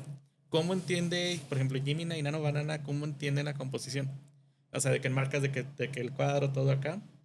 Y al final de cuentas aprendes, ok, esto lo puedo hacer acá. Pero de repente me topaba, porque estuve dando intenso, o sea, sí, estuve dando intenso a ese... Te clavaste. Me clavé, o sea, porque estuve viendo qué tanto puede empujar Gemini y logré cosas bien cabronas, pero algo muy curioso que te me quedó para enseñanza es lo que yo pensaba que quedaba bien cabrona de sin composición. Pero de repente me decían, o sea, la persona de que, oye, es que se sigue viendo la cara bien rara, no es mi papá. Y yo los veía y estaban igualitos, pero pues yo cómo le voy a decir a esa persona de que, oye, Sí, no, sí es tu papá, sí güey. es tu papá, o sea, pues no, o sea, no con qué le voy a decir de que, oye, esta foto de tu papá que falleció hace un año y le quieres poner con los nietos, pues no es, o sea, ¿cómo le dices eso? Porque él es la audiencia, espectador. O sea, yo puedo forzar algo técnicamente muy cabrón, o sea, componer a un señor en una foto familiar, pero de repente, pues oye, no es, o sea, la cara está distorsionada. Sí, y ahorita con eso que hablas se me ocurren o me llegan dos puntos. Uno es, por un lado, estamos empezando a desarrollar nuestras ideas y nuestro cerebro en lugar de decir, ¿cómo aprendo esto y lo hago? Es, ¿cómo le pido a la IA esto para que me dé el resultado? Entonces también empieza a modificar la forma, nuestra estructura de pensamiento. Esa es una. Y otro, el alcance de la IA se va a limitar siempre al alcance del lenguaje. Exacto. Sí, porque está limitado, o sea, lo que hace la IA, digo, nos podemos meter técnicos aquí con todo el tema este de cómo la IA segmenta, cómo hace los embeddings y luego cómo hace el vector database, y que ese vector database que a mí me voló la cabeza, o sea, es así como que, wow, sí, se mamaron realmente, cómo funciona eso y todas las capas que a partir de ahí le están creando precisamente para poder dar los resultados. Pero siempre va a depender del lenguaje y de los lenguajes. Entonces, no vamos a poder pasar, al menos ahorita no se ve cómo puedas llegar más allá de estas características que te da el lenguaje. Porque por más texto que tú le pongas, por más enlaces que tú le crees, por más bien estructuradas que estén esas uniones entre las ideas y las palabras, lo que hace esto está agarrando la información y te crea un universo o una constelación de conceptos que amalgama y trata de darte un resultado. Dependiendo de el contexto que le des, pues es el resultado que te va a dar. Pero siempre va a estar limitado a lo que le das del lenguaje. ¿Por qué está funcionando también ahorita para la programación? Porque toda la programación está hecha en lenguaje, o sea, está basado en texto y es en lenguaje, y por eso está pudiendo hacer aplicaciones de ese nivel. Pero sácalo de ahí, se empieza a volver más complejo. O sea, ¿por qué? Porque ya no hay tanta fuente y esas otras cosas no están basadas en lenguaje. No, y de hecho hay un paper de Apple que salió el año pasado y todavía sigue tomando relevancia. Los modelos LLMs no te saben matemáticas. ¿Cómo saben que 2 más 2 es 4? Porque lo han leído 500 veces. Con la dataset que lo entrenaste, han visto 2 más 2, 4, 2 más 2, 4. Por eso entienden, pues 2 más 2 es 4. Es como un periquito que sabe repetir. Sí. No entiende, o sea, ellos no, el LM tal cual no entiende directamente, oye, 2 más 2 sí es 4 porque están imaginando 2 figuras más 2 figuras. Sí. Igual a 4. Conceptualmente saben que son, o sea, cualquier cosa puede ser 1 más 1, pues son 2, güey. Pero no, no es el concepto, sino es el estado semántico de que a esta letra 2 significa un 2 y este significa otro 2 y el resultado es 4. Al final del día va a terminar pasando lo que dijiste ahorita, de que va a llegar un punto en el que la IA no tenga el contexto de las personas que inventaron las cosas. Ajá, porque ahorita tú dices 2 más 2 son 4, pero alguien descubrió que 2 más 2 eran 4. ¿Sí me explico? Sí, hay un video que te explica la generación de los números y cómo desde el cero creas el universo. O sea, es un pinche viajezote, que es como lo creas. Y es justo lo que digo, ya saliéndome de sus temas y poniendo aquí una pausa bíblica, pero es el tema, por ejemplo, ahorita con los tatuadores, que es muy criticado. El tatuador, por decirlo, vintage, sesentero, setentero, a los de ahorita, esta pelea entre... Bueno, por ejemplo, ahorita tenemos todo este pedo de dibujas en tu iPad, imprimes en una termoimpresora y ya te tardas 2 minutos cuando antes te tomaba 40, 50 minutos hacer medio el boceto y luego pasarlo medio a un stencil. Y este choque está muy cabrón. A mí me pasó hace poquito de que me quedé sin pila en mi impresora y tuve que dibujar como que ciertas partes del tatuaje a mano. O sea, a mano porque no había pegado bien, pues. Y fue ese choque para mí de o sea, qué cabrón eran las personas antes que decían, no, yo lo dibujo todo directamente en la piel. Sin la tecnología no lo puedes hacer. Y es como que, ay, güey, o sea, cuando mi hija llegue a tatuar o sus generaciones, que no sepan todo este contexto de así se hace un stencil, así se bocetea, esta historia detrás de... Y, pues, sí, va a estar bien cabrón. Es que, por ejemplo, yo tengo mucho en mi cabeza siempre ronda en el tema de estrategia, técnica y táctica, ¿ok? La técnica es eso que aprendes tú a través de, pues, estarlo repitiendo, de irlo afinando, de irlo experimentando, que vas mecanizando ese movimiento, que a lo mejor tú lo dices ahorita, oye, pues yo estoy haciendo técnica de prompting, ¿sí? Y sí es mucha diferencia si cambias 2 palabras de posición, el resultado que te va a dar. Y eso hace poquito me pasó estaba en un curso de Power BI, por cierto, y el chavo yo estaba poniendo mi prompt de que, güey, no me sale, mira, pum, y cámbiale esto, dile esta forma, porque cuando estás hablando con Power BI y le pasas a Gemini Sí, este esquema. prompt, pum. O sea, y sí, dicho y hecho, o sea, cambiamos un par de palabras y arrojó lo que quería, de que madres, o sea, necesito más ese concepto que dices prompting. Lo mismo que dices del tatuaje. O sea, ¿qué necesitas? Pues la técnica del dibujo a mano. No es la misma técnica que dibujes en iPad y lo que puedes lograr con un iPad a la técnica que vas a lograr a mano. Son dos cosas completamente diferentes y cada una tiene su valor. ¿Cuál es el detalle? El que lo está haciendo a mano y que tiene la técnica básica puede hacerlo con o sin tecnología. El problema es que el güey que utiliza el iPad necesitas el iPad. Si se te va el iPad, el retomar toda esa técnica, no digo que no lo puedas, no lo puedas hacer, pero te va a tardar más el llegar a donde estabas anteriormente. Porque te vuelves dependiente de las herramientas y la tecnología. No está mal, pero es una dependencia que existe. El problema es qué pasa si esa tecnología desaparece. No, y fíjate, aquí voy a mi filosófico, voy a hacer como 2 pasos atrás, pero para expandir esta idea. Sino, por ejemplo, el tema de tatuaje. ¿Qué pasa si a los sesenteros los mandas a Samoa, allá a la Samoa americana, que ellos, su arte de tatuaje es agujita, tinta y te estoy clavando y haciendo el arte? Sí. Obviamente los de Samoa te van a mandar a la goma con tu... El con tu- Maori, sí. El Maori, gracias.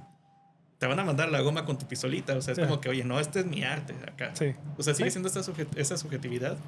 Y el tema de la evolución, o sea, tiene mucho mérito tanto el tatuaje maori, Ajá. más artesanal, el tatuador de pin-off de los 50, 60, ahorita la técnica moderna para crear diseños muy complejos.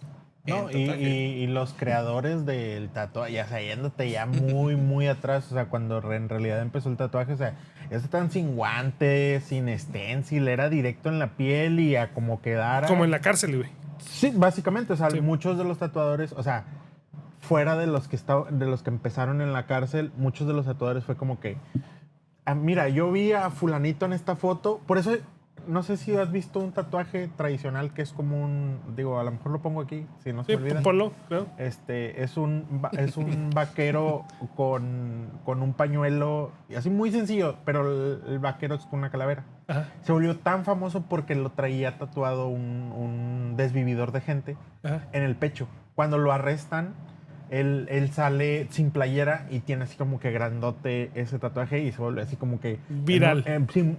Viral en ese momento. Sí. Se vuelve un meme. O sea, Ajá. Y es a lo que vamos de que el día que le quitemos todo eso, ¿cuántos vaqueros con cara de calavera va a haber que sean de IA? O sea, vas a tener ese mundo de personas teniendo el mismo tatuaje porque dices, no, mi tatuaje es único y detergente, pero lo hice con IA y ya no es tan único y detergente. sí, que se diluye. Y aquí, o sea, realmente nos contradecimos en este tema de usa la IA, no la uses, sí es no. O sea, nuestro reclamo, y creo que ahorita es como por poner en la mesa, es no darle su valor a las cosas y tener en consideración el riesgo que entramos al estar utilizando ese tipo de herramientas, porque el chiste no es lo que está pasando ahorita, es lo que va a pasar y qué dependencia vamos a tener de él. Como decías hace rato, oye, hay mucha gente que ahorita está full IA, que no le entiende, que inclusive los que estamos medio metidos en el mundo, no que esté metido en el mundo de IA, sino como un usuario, porque es otra cosa. O sea, una cosa es IA y otra cosa es ser usuarios de IA. O sea, como usuarios de IA un poquito más arriba del promedio, o sea, debemos de tener esta consecuencia de lo que puede venirse si seguimos dependiendo de ella, porque al final de cuentas, o sea, es eso, es una dependencia, completamente, porque a final de cuentas, por ejemplo, está este ejemplo de cuando llevaban los libros de contabilidad, es otro ejemplo igual muy marcado, los libros de contabilidad en papel, cuando llegó en Excel de que no, se nos van a quitar el trabajo, no, pues el trabajo se exponenció, ¿verdad? Pero sigues pudiendo hacer los cálculos. Oye, estamos usando el Excel, pero vamos a hacer todo este tema, sigues sabiendo usar las fórmulas. Entonces, si quieres usar Excel bien, tienes que aprender a usar las fórmulas para hacer todo este manejo. Si no tienes la herramienta de Excel, pues puedes aventarte las fórmulas a mano, te vas a tardar un chingo, pero vas a poder hacer el cálculo. Si se le pasamos toda la chamba a la IA, ya no sabes usar las fórmulas. Sabes pedir el resultado y te lo va a dar. El problema es que ni siquiera puedas pedir el resultado. O sea, llega el punto de que pues la IA lo empieza a hacer solo y el conocimiento se empiece a perder. O sea, Justo. Fíjate, quiero expandir 2 puntos aquí. Justamente siendo esta línea financiera, ¿qué pasa? Antes un contador te podía manejar una tienda. ¿Qué pasa cuando al mismo contador le pides que te maneje una cadena? ¿Cómo va expandiéndose las fuentes de información? Tiene mucha utilidad saber consolidar información, pero hay herramientas análogas, herramientas digitales, herramientas también de AI. Pero la responsabilidad de poder usarlas es muy diferente a lo que te va a dar un contador, un analista financiero, un ingeniero. Aquí es donde entra esta frase, por ejemplo, la que decías de la ingeniería, o sea, de que cuando tienes una solución a un problema o le estás buscando un problema a una solución. A veces la forzamos mucho ahí, eso es una como personas. La otra es también la disciplina para lograr este tema de prompting, este tema o sea, va a ser muy filosófico esto que voy a decir, pero ahorita veo que hay la gente que no está tomando la disciplina para llegar a aprender cosas. O sea, lo que hablamos ahorita de AI, de que es un black box, una caja negra, que te entrega algo, pero tú no sabes qué hay ahí.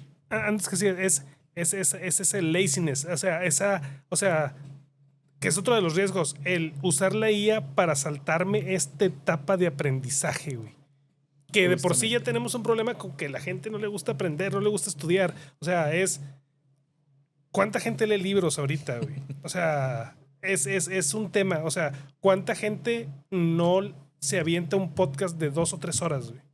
O sea, ¿cuánta gente es imposible que escuche un podcast de Lex Friedman o un podcast inclusive de Jordi Wild, güey, que están en español, que son más amenos y que son así? O sea, hay gente que ni siquiera es capaz de aventarse todo un podcast completo o una película completa sin voltear a ver el celular o sin estar viendo a lo mejor nada más los reels, que es el resultado de eso. O sea, eso implica también una deteriorización cognitiva de las personas.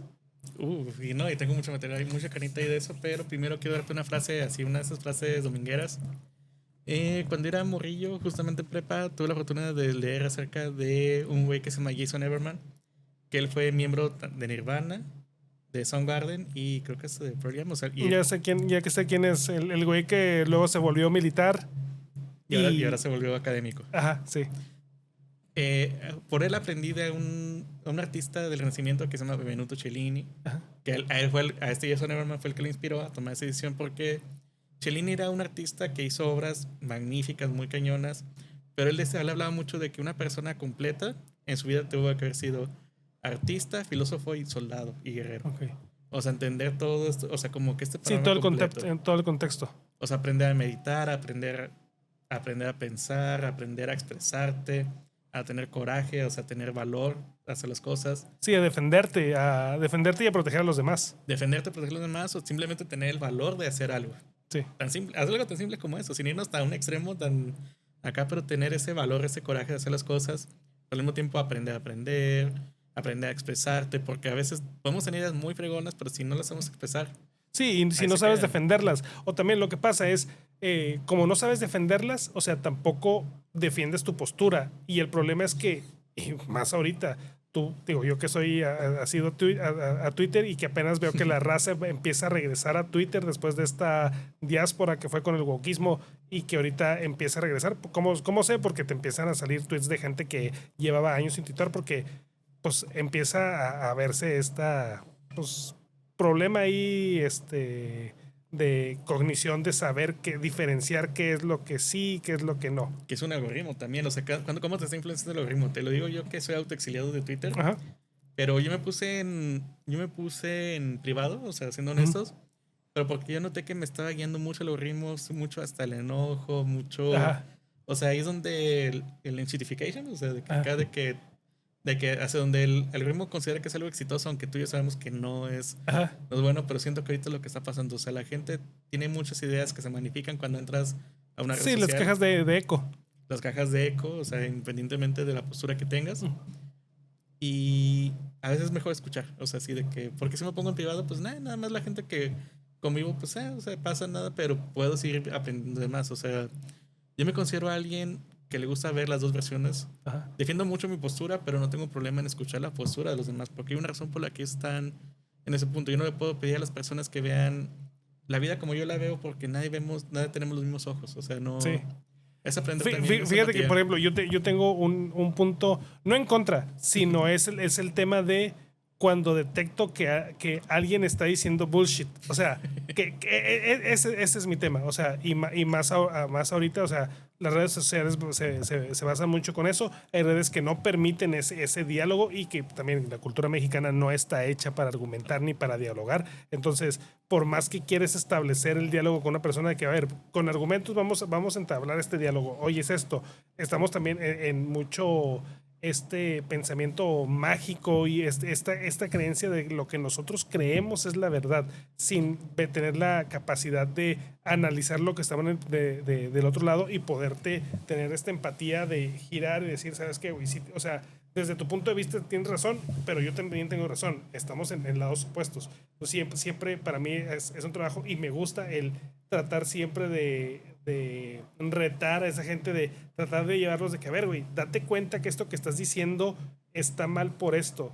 Yo sé cómo puedo debatirte y cambiarte el pensamiento por esto, pero trato de llevártelo. Y me pasa aquí, tanto con la raza de Paradoxa como allá en Surtex, el tema de decirle a la raza, ok, sí sé, te puedo decir en este momento qué es lo que necesitas hacer, pero no te lo voy a decir, güey. Quiero que tú me lo digas, güey. Piénsale. Y ahí te das cuenta qué tanta seniority y qué tanta capacidad tienen, porque hay gente que de plano ni te contesta. Y hay gente que, o sea, los empiezas a llevar. Y ese proceso de llevar, ese proceso de aprendizaje, regresamos al mismo tema de la IA. Lo estamos perdiendo. O sea, o se puede perder más aún. Digo, no sé qué va a pasar ahorita con las siguientes generaciones que van a poder crear mucho, pero dependiendo siempre de eso. Y no esperamos que no pase algo catastrófico que llegue a pasar eso. O sencillamente, ¿qué pasa si truena la burbuja de IA? O sea, ¿qué es lo que va a quedar después? ¿Cuánto va a costar? Entonces, ¿qué pasa si la IA se vuelve solamente accesible para aquellos que puedan pagarle porque sus costos verdaderos se empiezan a reflejar? Te va a pasar lo contrario de lo que está pasando ahorita. Ahorita tú estás buscando gente que sepa hacer las cosas y que quiera aprender a integrarlo. O sea, integrar la IA en su forma de trabajo. A mí me pasó cuando llegué aquí a Paradoxa. Yo no estaba acostumbrado, era diseñador de la vieja escuela de nomás los míos truenan, pero lo que va a pasar en un futuro, o es mi opinión sincera, es que las próximas generaciones las van a entrevistar y les van a decir, bueno, sí sabes usar IA, pero a ver, hazlo sin IA. O sea, ese va a ser el... Ahora no busco sí, solucionas gente esto sin IA. Bueno, es otra línea de pensamiento que, digo, está muy utópico o distópico en este caso, el tema de que las sociedades, no por países, sino a veces por regiones o por pensamiento, se van a empezar a segregar entre estas civilizaciones no IA y las civilizaciones IA. O sea, esto es muy Duna, muy Asimov, pero es lo que puede pasar. Sí, o sea, gente que dice, sabes que yo no quiero la IA en mi vida, voy a vivir sin IA.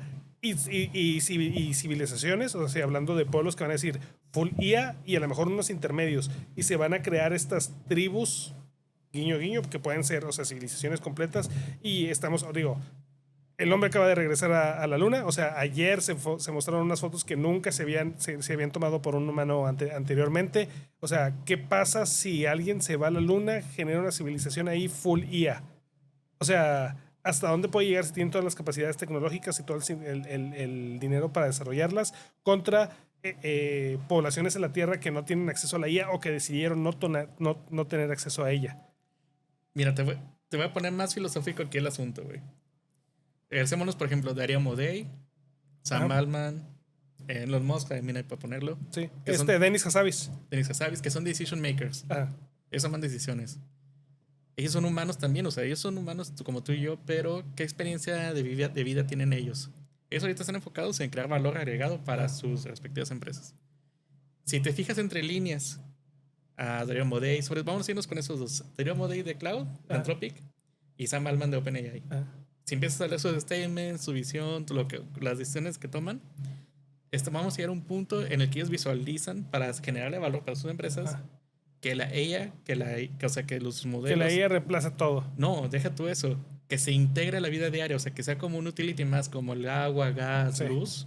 Ahora te vaya un recibo de De IA, que ya nos está llegando, o sea, literalmente, manera? o sea, en Paradoxa, no sé si ya pasó, pero tendría que pasar este mes, de que ya como empresa, literalmente, ChatGPT en este caso, porque aquí, digo, se usa Codex, no se usa Cloud, ya es un asset, o sea, de la empresa, ya es un servicio más que está llegando y ya es una factura diaria, porque en este momento, todos aquí en Paradoxa utilizan Codex y lo estaban pagando de su cuenta porque sí ves una exponenciación de tus capacidades, pero ya es un fee que está Oye, pero ¿qué constante. pasa cuando se crean productos que se integren en el Edge, por ejemplo, ahorita que vienen muchos modelos locales también? Ajá. Pero ¿qué pasa cuando se integran los modelos AI nativamente en tu casa, en tu negocio? Y no en temas tanto de experiencia de usuario, sino de que, oye, ocupo controlar mis luces, domótica, por ejemplo. Ajá. Te va a llegar o sea, que ya pase de ser como, porque ahorita, por ejemplo, estos gastos que tú tienes como negocio, es un unit economic de tu empresa, Sí.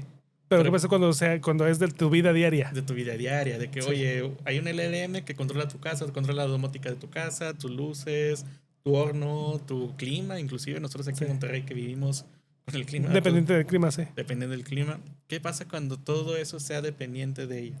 Ajá. Que no depende nada más de tu hora de tu conexión a internet, que yo me acuerdo, nos tocó la generación que pasamos que el internet era un recibo que iba pegado al teléfono a que se llenó su propio Sí, de hecho, el recibo de teléfono ya no es el recibo del teléfono, es el recibo del de internet. Sí. que ahora el teléfono es el Sí, agregado, el teléfono sí. ya ni lo utilizas porque ya es el recibo del celular, güey. Sí, Exacto, o sí. sea, Y ya son los datos del celular, porque cada vez las llamadas por teléfono se caen más y hay más pedo, y todo el mundo habla por WhatsApp o por aplicaciones, que está bien cabrón. Todo se vuelve datos. Y digo, regresando al mismo tema, es tomar la decisión de en mi casa quiero IA o quiero vivir Análogo, no acá. IA, análogo. Y eso me pasó hace poquito, estaba checando. No sé si fuiste tú el que me pasaste la marca de carros sin electrónica. No. no, creo que no fui yo. Ok, me clavé con esa idea de, ok, ahorita traigo una camioneta, y es eléctrica. Hablando con un cuate mío al que le llevo los carros, al buen José Luis, saludos ahí, José Luis Underhot, ahí vayan a llevar sus carros. El güey es otro pedo en la parte de análisis y diagnóstico de carro. De hecho, la gente va con él porque diagnostica muy bien. Tiene muchas herramientas, tiene eso, y me estaba contando una problemática que tuvo en donde era un auto, no me acuerdo si era un Audi o era un carro de gama alta. El detalle es que de repente prendía y por alguna u otra cosa de repente se apagaba, güey. Ah, chinga, o sea, ¿qué está pasando? Se lo llevaban, prendía. Oye, otra vez, pasaban ciertos días y se volvía a ir, ¿no? El carro ya no encendía. Entonces, entre tanto llevarse, se dieron cuenta de que cuando dejaba de prender era porque llovía, güey. De que, ah, chinga, pues se pusieron a checar a ver si había algo que estuviera suelto y no, pasó, seguía el proceso, se iba, llovía, se lo volvían a traer, ya se secaba, no. Entonces lo que detectó este güey es que el cristal de un faro tenía una rajada, güey. Ok, entonces cuando llovía se metía humedad y la humedad hacía que el sensor de la iluminación madreara el cambús. Entonces lo que hicieron fue echarle agua a la luminaria para meterle el DVD, checar la sensor y sí, sensor de luz, problema en cambús y te mataba todo el carro, güey. Entonces de ahí salí con la idea de que, chinga, o sea, ¿por qué tanta electrónica en el carro? ¿Por qué no podemos tener un carro que sea mecánico completamente para no depender de la electrónica y no tener que ahora para llevar a arreglar un carro ya no nada más necesitas un mecánico, necesitas un mecánico y un ingeniero en electrónica para que lo repare, güey.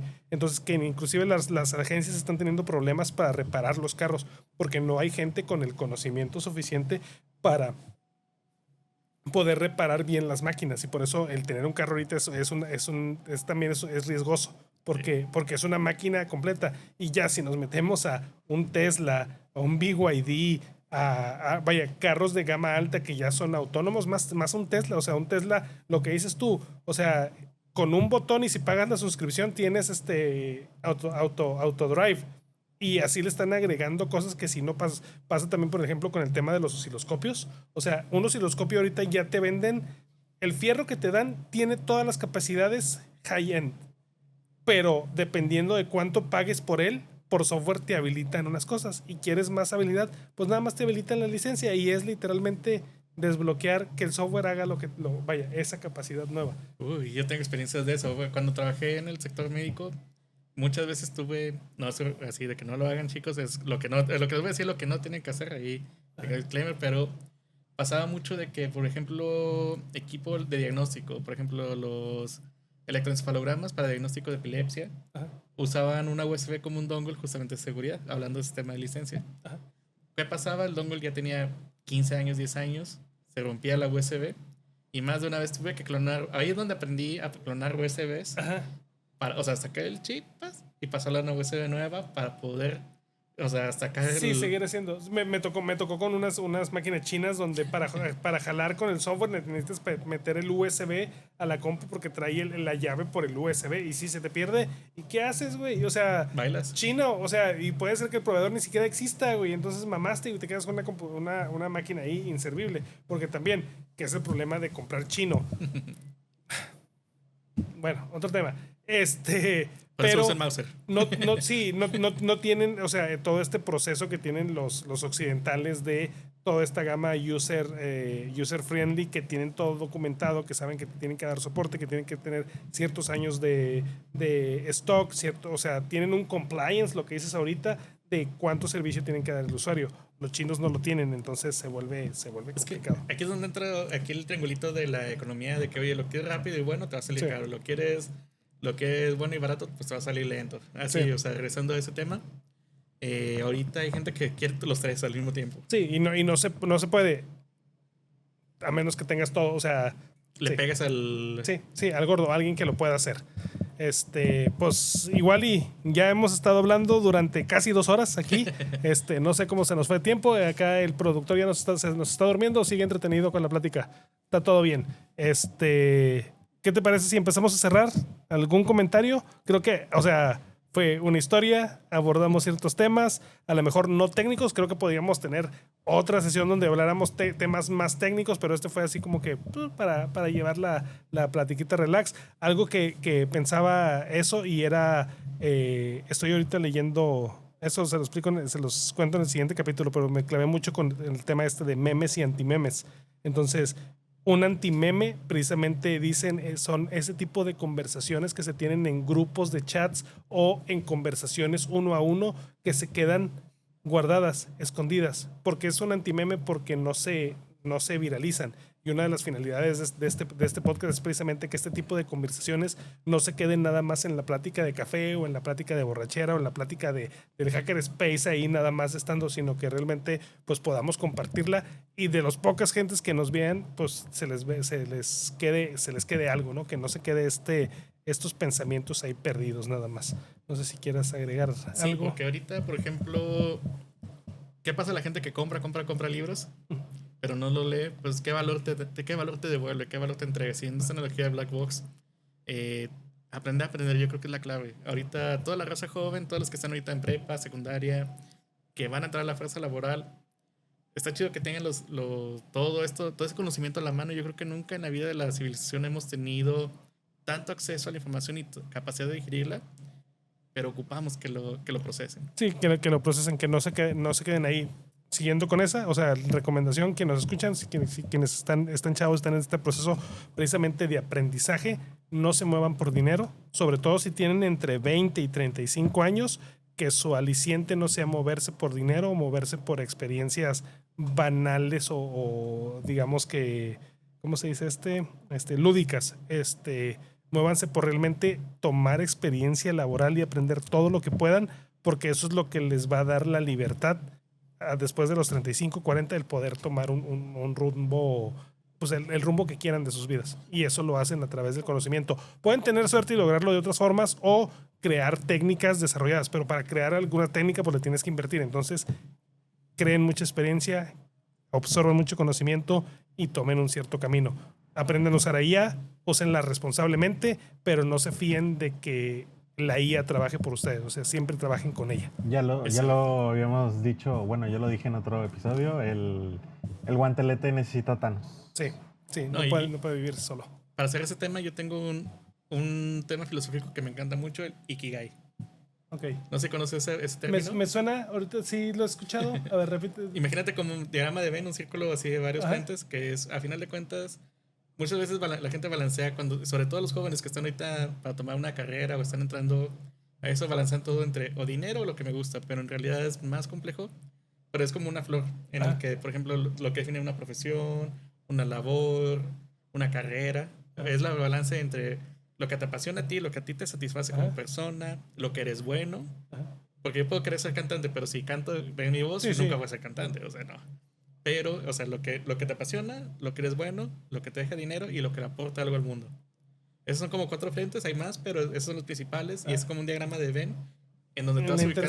En la intersección es donde deberías de estar. O donde estás ahorita y a dónde quieres llegar. Por ejemplo, ese balance entre de que, oye, si sacrifico ahorita, a lo mejor, ahorita gano 5 pesos, si me paso este jale voy a ganar 10 pesos, pero voy a trabajar 12 horas. No todo el mundo quiere eso en su vida y es muy válido. Hay gente que dice, oye, aquí sigo ganando 5 pesos, yo sigo siendo feliz y tengo para darle adelante. O sea, eso se vuelve mi visión de vida. Ok. Ahí el Ikigai, I-K-I-G-A-I latina. Sí, está. Para que lo pongas aquí también, José Luis. Ikigai. Eso está. Perfecto. Entonces, bueno, como la tradición y lo que apostamos, no apostamos, lo que tenemos que hacer cada semana es mostrarles el componente de la semana a través de nuestros amigos de Mouser. En esta ocasión yo les traigo esta tarjetita que está aquí. La vamos a poner por este lado. Ya me la moviste. Ya se fue. Aquí está. Bueno, esta tarjetita es un SOM. Es un SOM que se llama la Nitrogen 8mm. Es un SOM de una marca que se llama Esurio. Esurio lo que hizo fue hacer estas single board computers en base del chip de NXP. De chips de NXP. Lo que trae es un procesador, corre Linux, trae Wi-Fi con Bluetooth, memoria de hasta 4 GB, RAM de 4 GB también. Y esto lo pueden utilizar para que sea un módulo de cómputo que puedan integrar directamente en sus desarrollos. Nosotros lo estamos usando actualmente en 2 productos diferentes y literalmente ya te dan todo el BCP de Linux, lo instalas, corre, te da un CLI a través de serial y a partir de ahí puedes habilitar. Trae 2 puertos Ethernet, trae CAN, trae seriales, trae GPIOs, trae ya todas las funcionalidades que necesitas para hacer proyectos de embebidos, microcontroladores con cierto nivel de potencia. Algo que como lo utilizamos es, por ejemplo, con el software de Tailscale. No sé si los has usado. Obviamente, con Tailscale tenemos toda una serie de toda una arquitectura para poder accesar los dispositivos remotamente y lo hace solamente instalando un agente en el Linux y corriéndolo. Son relativamente accesibles para lo que te dan y traen muy buena potencia. Los estamos usando en los proyectos de energía y en los proyectos de telemetría para poder, pues ahora sí que tener todo un Linux ahí trabajando. Nitrogen 8mm de Esurio. Lo pueden encontrar en Mouser. Cuesta como $220 la tarjeta, pero vale la pena. Les ayuda mucho en hacer el bootstrap de sus desarrollos. Va. Y eso fue todo por hoy. Mike, muchas gracias por haber venido, aceptado la invitación. Hace rato que no nos veíamos, pero pues estuvo buena la plática. Esperamos repetirla. Y no sé si quieras terminar con algo. Pues no, ahorita principalmente a la raza... sé que sonamos ahorita muy negativos, pero no, en realidad los queremos invitar a que produzcan, prueben, que no se queden con las ganas, pero sean responsables con lo que hacen. O sea, eso es como que la enseñanza, yo creo que es el cierre que queremos darles, de que se animen a crear, se animen a fallar, a experimentar, pero conocer los límites, así, de que saber hasta dónde están sus límites y de ahí darle para adelante. Sí, y que aprendan lo que están haciendo. O sea, junten el conocimiento y que si les preguntan cómo funciona esto que estás haciendo, puedas dar una solución. Y que si se rompe, lo puedas restablecer o volver a hacer. Y no dependas de decir, pues déjame le digo a la IA a ver si me lo puede volver a fabricar de la misma forma. Y pues eso fue todo por hoy. Muchas gracias. Gracias, Mike. Gracias, José Luis. Aquí este capítulo estará saliendo como en 2 semanas después de esta fecha de grabación, más o menos, porque tenemos varios ahí grabados. Y pues es un nuevo formatito. Digo, no sé qué tantas veces me toque más ser el host, pero al menos este estuvo bastante interesante. Nos despedimos y hasta la próxima.